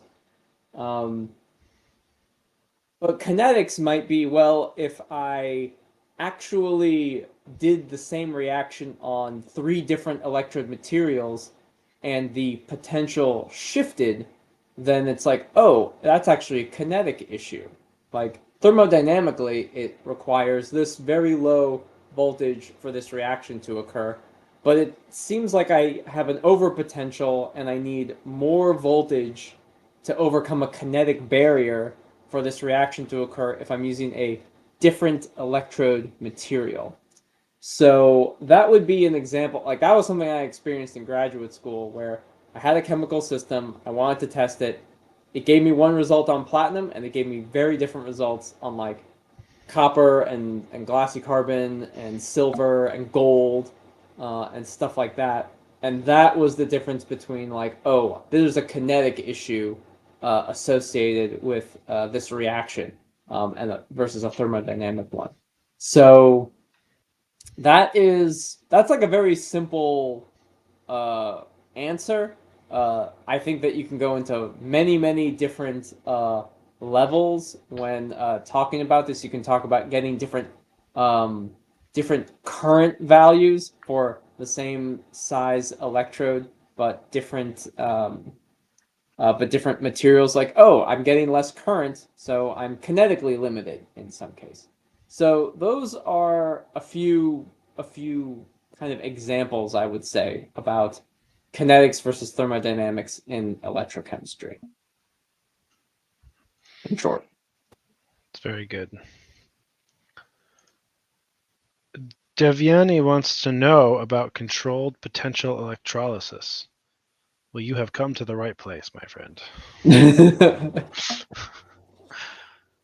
So controlled potential electrolysis is otherwise known as chronoamperometry or bulk electrolysis. These are all kind of similar names for the same thing. I guess to a certain extent, the follow-up question is, what about it? Right? Generally speaking, when you have a controlled potential electrolysis, it is just that. You're setting the potential with a potentiostat to whatever value you want, and you're monitoring the resulting current over time. And usually this kind of behavior is governed by what's known as the Cottrell equation, which, do you have it in your slide? I could look it up, but you I probably do. Let yeah. me I was like, why am I bothering? You have your fancy equations prepared slide. I might as well defer. yeah, let's see. Cottrell equation. Can you see it? Yes. So when you apply a potential and you start measuring the current, it is often governed by this equation here. And so the current is an inverse square root dependence on time. The rest of the stuff are basically constants, right? And so you get this kind of decay that Alex is drawing right now, current as a function of time. You see it like a spike. Yeah. So basically the current starts high or at some value, and depending on the values in the Cottrell equation, the diffusion coefficient, the concentration of the analyte, the area Faraday's constant is constant, obviously, and the number of electrons transferred, you'll get a decay curve over time. And that's really not much more to say, to be honest. You can use constant This control is a constant potential. value. Yeah. You can calculate diffusion. You can get measurements of the diffusion coefficient by doing processes like this. Sometimes you're doing it to set an electrode state. The surface potential being something will drive a reaction or not drive a reaction or whatever. So that's sort of a very brief, I suppose, abstract explanation of controlled potential electrolysis. I guess if you have a follow-up question, please feel free to type it in. There's obviously more specifics that could probably be said about it. I just that's a pretty brief overview, I suppose. Yeah. Another Alex has a question. Yes. Can I put pine electrodes in a vacuum? And clarifying, it's got a E3 fixed disk, basically CFE Teflon shroud. shroud. Yeah, I think you can. I think I'd want to know a little more about just like what level of vacuum are you Yeah, if it's like applying? Is this like ultra high vacuum? Like are we talking interstellar space or interstellar space. If you're doing electrochemistry in outer space, please let us know. That sounds awesome. So like you can put electrodes, for example, through an antechamber of a glove box to put them into a glove box. Like you can put stuff through there. and that usually implies bringing it down to a vacuum and then purging with inert gas a few times, and then it goes in, right? That's a process that our potentiostats can handle, our electrodes can handle, our rotators can handle. That being said, I think probably better to the point, like you said, you, Alex, not comment, Alex. Yeah, not comment, Alex. I don't know if we've ever had a use case of someone using them, like Very low permanently in a vacuum vacuum. levels. Like if there's a vacuum experiment, I don't know about that. I'm not even sure how that would work. I'm assuming that the question is related to putting it into a glove box, in which case the vacuum is related to like the anti-chamber Oh yeah, forming cycle. yeah, I'm guessing because I don't even know how you can't have electrolyte in a vacuum, it would evaporate. So yeah. That's like, true. I don't know what That's true. experiment you're trying to do if it's an actual vacuum. Right. So Yeah, if you're talking most about of that's most yeah, of that's with like a mechanical pump that only gets to like millitorr yeah, of it a doesn't go. vacuum, so it's pretty mild, Yeah. fairly It, safe to use. yeah. So gonna go on. I guess I'm just gonna go on a limb and say it's probably okay at Yeah. millitorr. But if you're in interstellar space, not so sure. Yeah. Can't say. We just don't Ultra high vacuum 10 to the minus 11 torr. yeah, we don't have any use cases for that, so I just simply Yeah. don't know. Yeah. It's a very interesting use case. It's cool though. Let's see. Reactive has a battery related question here. Your mathematical battery model, the voltage is higher when charging and lower when discharging, and state of charge is determined by amp hours. When fully charging and discharging at the end, total energy discharged is lower. Is that normal? Yes, it is. Can it be explained as efficiency? Yes, it can. Next question. Yeah, that's it. You've actually answered your own question. That's exactly correct. Um, that's a very common reporting in battery papers or whatever you want to say, is the rate of amp hours discharged over charged, and you'll really never get as much discharged as you did charged, which makes sense. Battery loses, most batteries are 99%, especially for a long period of time, 90 plus, 95 plus percent efficient, but you should never really get 100% or obviously higher efficiency. That would be like an infinite energy problem. So yeah, your discharge capacity will almost always be ever so slightly lower than your charge capacity, assuming you charge and discharge at the same exact rate between the same voltages. There has to be obviously some standard set in, right? If you're just picking arbitrary stuff or discharging faster or slower, then it's not comparable. But generally speaking, yes, it's normal, and yes, it's also efficiency. I think Ari has a question, or at least a comment. In RRDE, while carrying out the experiment, I can't get the proper current in Pine. I think whatever the problem is, I think we need to know a little bit more about the experimental details and what equipment of ours you might be using. If you could message us, I'll just type it in the chat.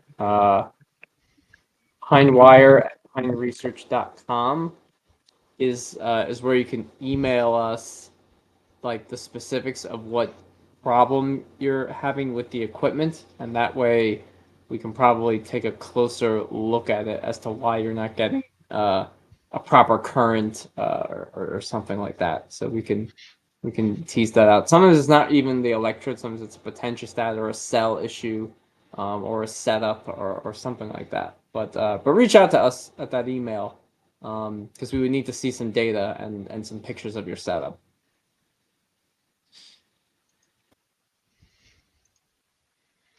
So, next question. Yeah, White Narrow has a question. I'm a beginner in corrosion research. My question: considering an impedance spectrum of a corroding sample, Can the charge transfer resistance be directly correlated to corrosion resistance? Yes, if you're certain that the semicircle from which you're deriving charge transfer is related to that process. Corrosion impedance spectra are tricky. Sometimes you get inductive loops. Maybe this isn't gonna happen. I know. I could It's see just it on like- your face. You were waiting for it. Corrosion impedance spectra sometimes do funny things because as you're taking your data, it's corroding. And so in some sense, it's also a bit tricky because the sample itself may not be stable. Or from test to test, it might not be the same. Because as it corrodes, corrosion is an interesting process because corrosion is bad, generally speaking. It means the sample is degrading, oxidizing, getting brittle. Those are bad things in a real sense. But from an electrochemistry sense, I think Alex descended into heaven. I'm not sure what happened. Oh yeah, no, just The lighting in my is room. getting adjusted. The camera just auto. You're looking angelic over there. It's wonderful. I know. Sorry, I got sidetracked. So the point is that as it's corroding, your sample is degrading. That's all bad. But from an electrochemistry standpoint, it's like very favorable because as something is corroding for some period of time, it is making the resistance go down because the corrosion is a preferred process. And so because of that, you do often get a semicircle. And if you can know, based on whatever potential you're at, for instance, maybe you have a slight positive potential from open circuit, so you're inducing corrosion, and you have one semicircle. This would be like the most ideal situation. I'm not sure if that's what you see, but if let's just say that's what you see, you have slight positive potential from open circuit, and you have like your spectrum is just like one semicircle. Well, most probably that one semicircle is related to a Randall's element where you can do circuit fit and extract a charge transfer resistance. And that must be directly correlated to corrosion resistance. Because, like, what else would it be? The tricky thing is if that isn't exactly your case, if that isn't exactly the situation that you have, if that isn't exactly the potential you're taking it at, and if your impedance data doesn't look exactly like that. Or, for instance, if your impedance data does not even have a semicircle, but it's mostly like a straight up and down line, or it's like ever so slightly curving, and then the resistance is like some ridiculously large number, like giga ohms or something crazy, where it might as well be infinity. It's like, then it's either not corroding at all, or you have a really impressive corrosion inhibitor, or you're using stainless steel, which doesn't corrode very much at all. There's a lot of possibilities here, is what I would tell you. But generally speaking, if the situation I just described before, if you have like one semicircle, if it's very clear, if that is related without any shred of a doubt to the corrosion process and nothing else, then yeah, I think you can relate that to the corrosion resistance. And you could do something like LPR, to sort of verify if you get a similar value. There's another question. Don't even want to look at, but here you go. I will. What is the reason for inductive loops at lower frequency in EIS? At high frequency, it is attributed to wiring, etc. Right? Yes, at high frequency, it is attributed. It's attributed to a very small inductor that exists on the surface. There's a coil wrapped in wire. Alex just doesn't believe it's there. But if you believe it, Alex, it will be true. If you just believe in the inductor. No, there's no giant inductor inside. There's no giant inductor. It's also not the size of it's the size of Europe. Like a train station. Yeah, it's it's the size of a train station on a tiny little electrode. A tiny little piece of metal. Like Yeah, that. the reason why this drives Alex crazy is because that is actually the case when you have a low frequency inductive loop.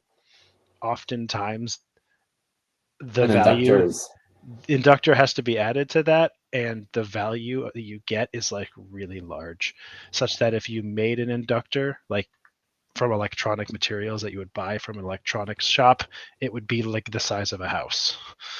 And so thousands of henries. it doesn't make any sense. Yeah, it makes no sense practically. So what I can tell you is not necessarily the reason, but what people think might possibly be a reason. And so that is really because nobody really knows the reason, to be honest.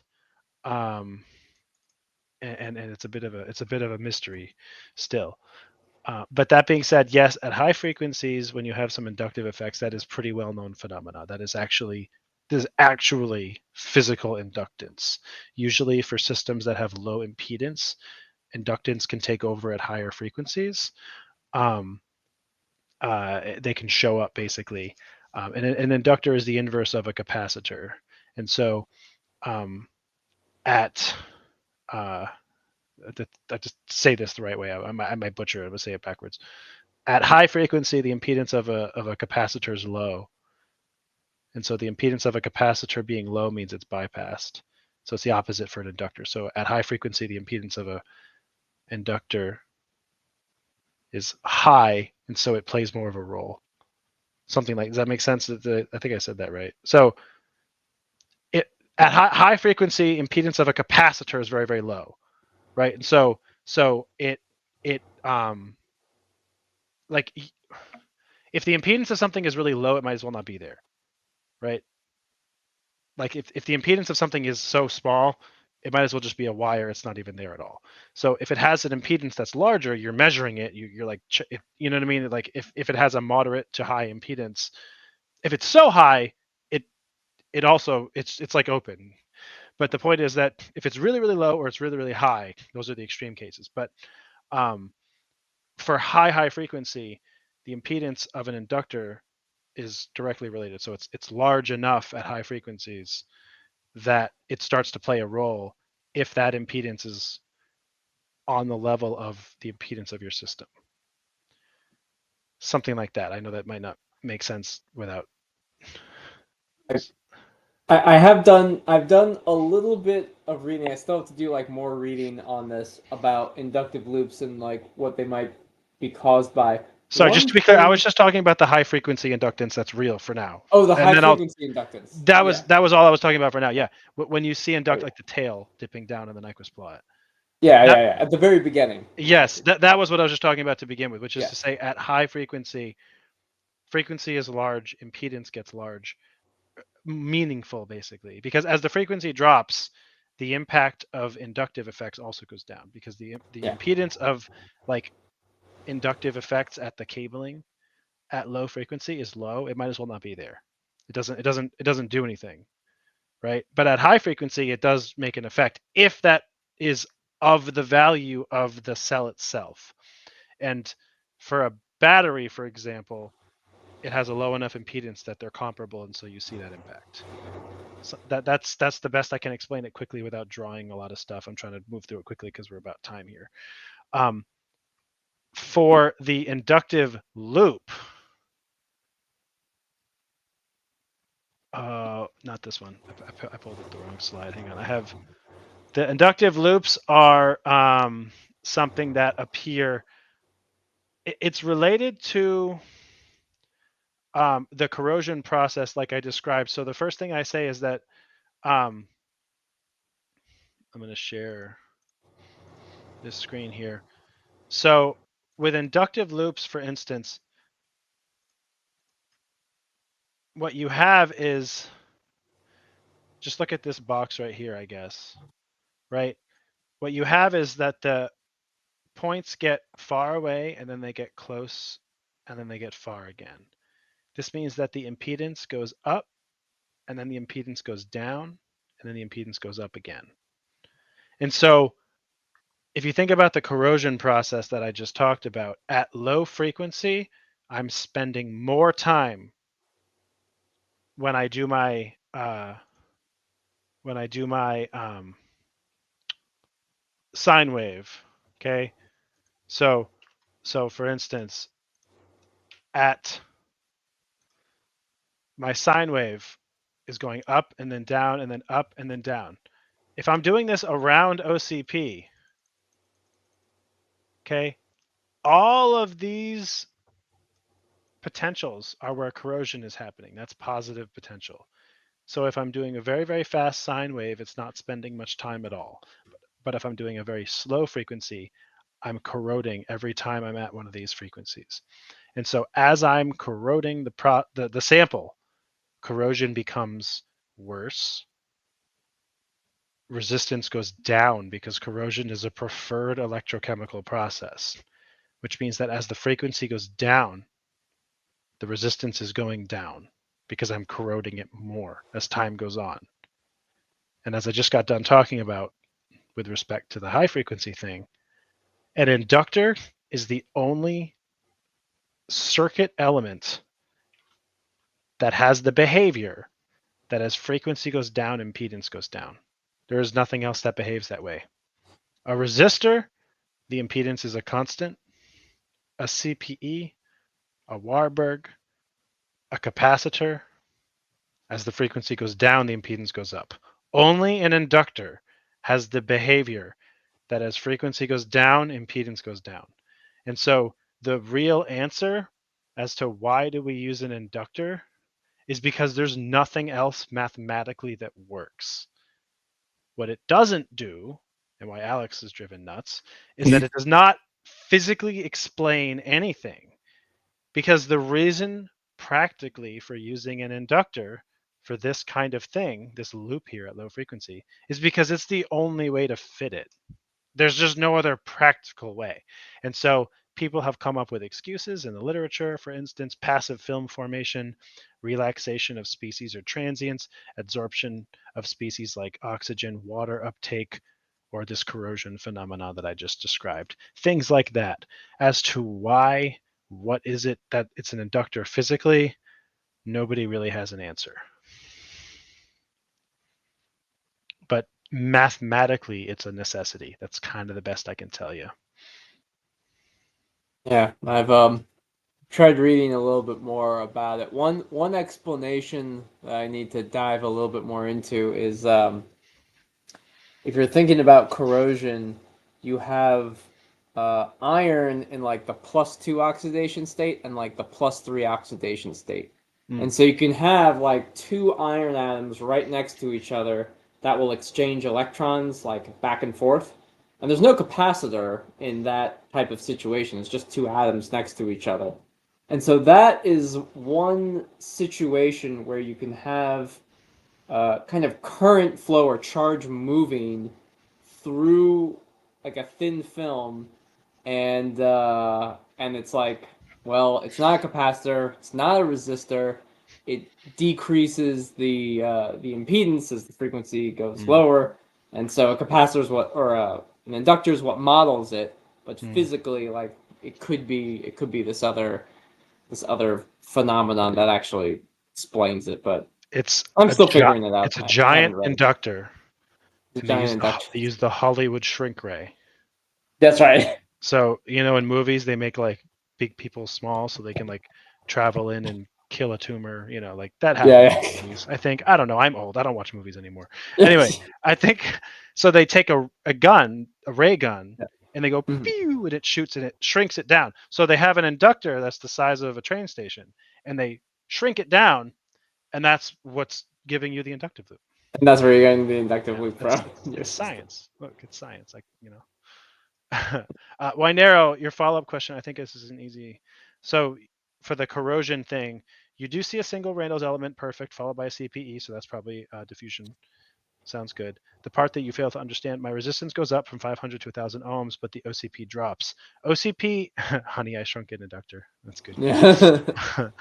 That's also a throwback. You might be our age. I remember that show. Yeah. That movie. Was it a show or a movie? Honey, I Shrunk the Kids. Anyway, sorry. I'm trying to answer this. Yeah. I'm trying to answer this question, and I'm thinking about funny shows. Okay.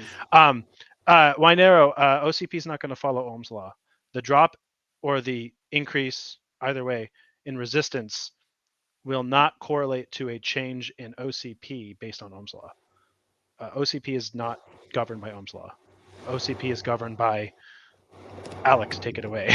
OCP is governed by thermodynamics, and right. So yeah, just the voltage difference between your the potential difference between your working electrode and your reference electrode is the OCP. So I guess in a corrosion system, it's physically the potential at a corroding electrode surface versus your reference electrode will, or whatever the other electrode is, doesn't have to be a reference electrode, will change your OCP. So we need to know a little bit more about your electrochemical system. But I think the point of that is that the change, because you're corroding, does not necessarily guarantee it's going to go up or down. It might change, but it depends what you're producing. If you're producing iron oxide or iron hydroxide or iron carbonate, often, for example, one of the things that happens in corrosion experiments, if you're doing CO2 acidified brine solutions, is that the resistance will go up as you corrode in what appears to be an inhibition. But what's actually happening is that a carbonate film is forming on the surface. Oh. And it leads to the temporary and erroneous assumption that you are inhibiting corrosion, which you are temporarily, but carbonate film is brittle and will eventually fall off, leading to more corrosion. And so it's an odd phenomenon. It's like it self-protects, but it's actually bad because it's embrittling the metal. And so, for example, in that case, you might get an increase in the resistance, which looks like it's corroding less, which it technically is at the surface, until that breaks apart and then you've lost your metal. So it's actually corroding very badly.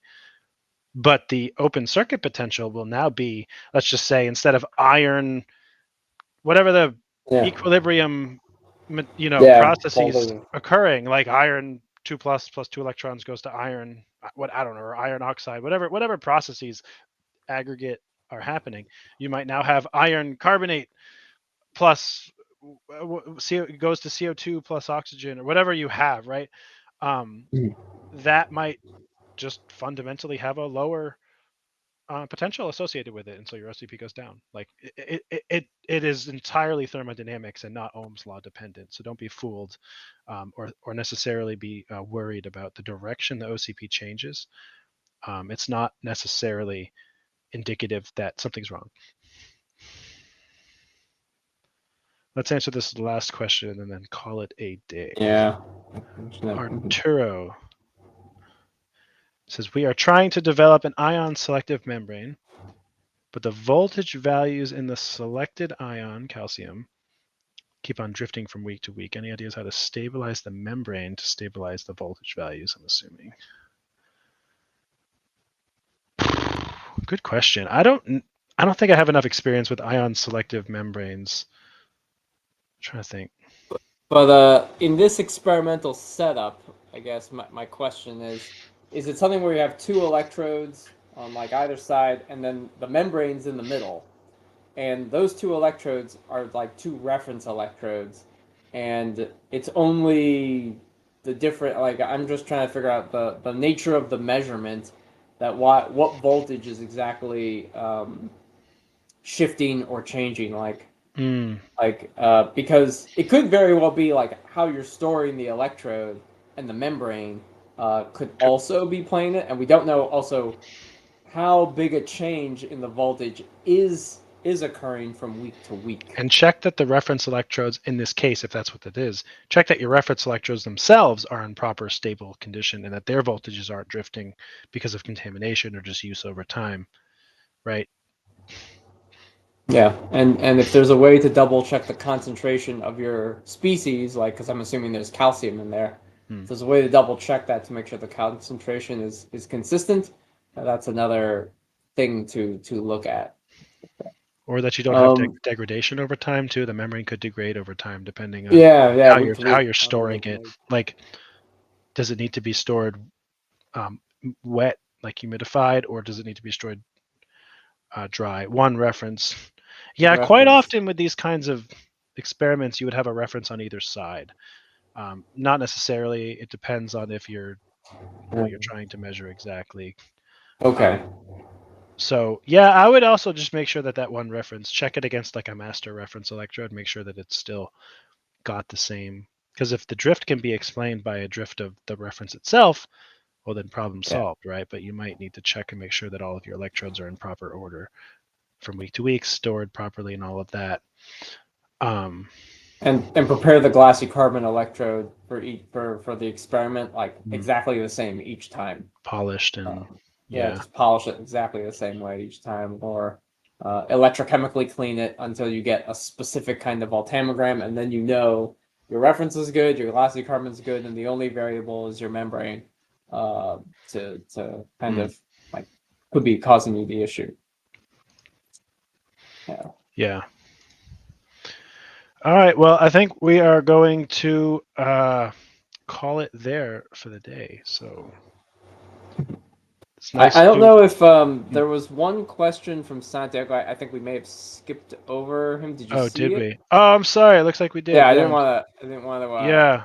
Good call. I did miss it. I think we can answer this one relatively quickly. Yeah. That's all.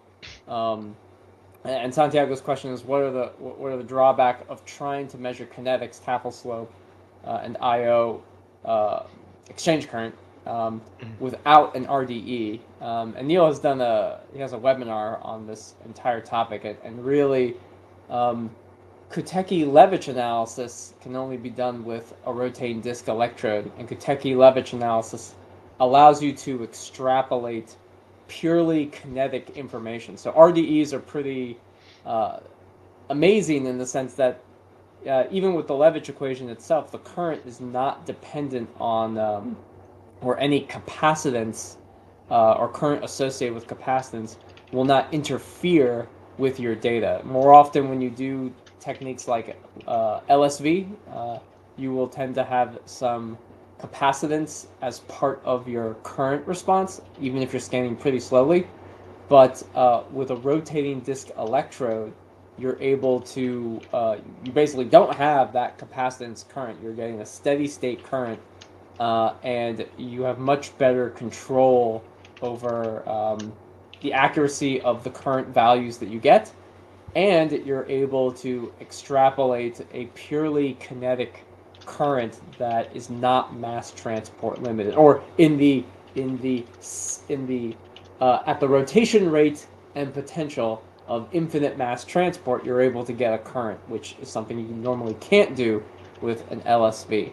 And so that's really, an RDE is very powerful. I'd strongly recommend maybe getting one if you want to do very good kinetics and experiments with Tafel slopes and measuring exchange currents and exchange current densities.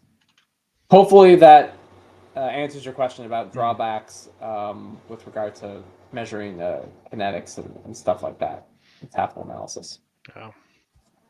Well, we will call it a day and a weekend at a live stream right there, I suppose. So thank you, everybody. We appreciate it. Episode 52. It's been a year. Yeah. And we're going to keep showing up and trying to answer your questions until everybody's had no more questions, and then we'll disappear and you'll never see us again. But until then, until then, I'll see you every Friday, I suppose. So anyway, thank you, everybody, and take care. Have a great weekend, and we'll see you next week.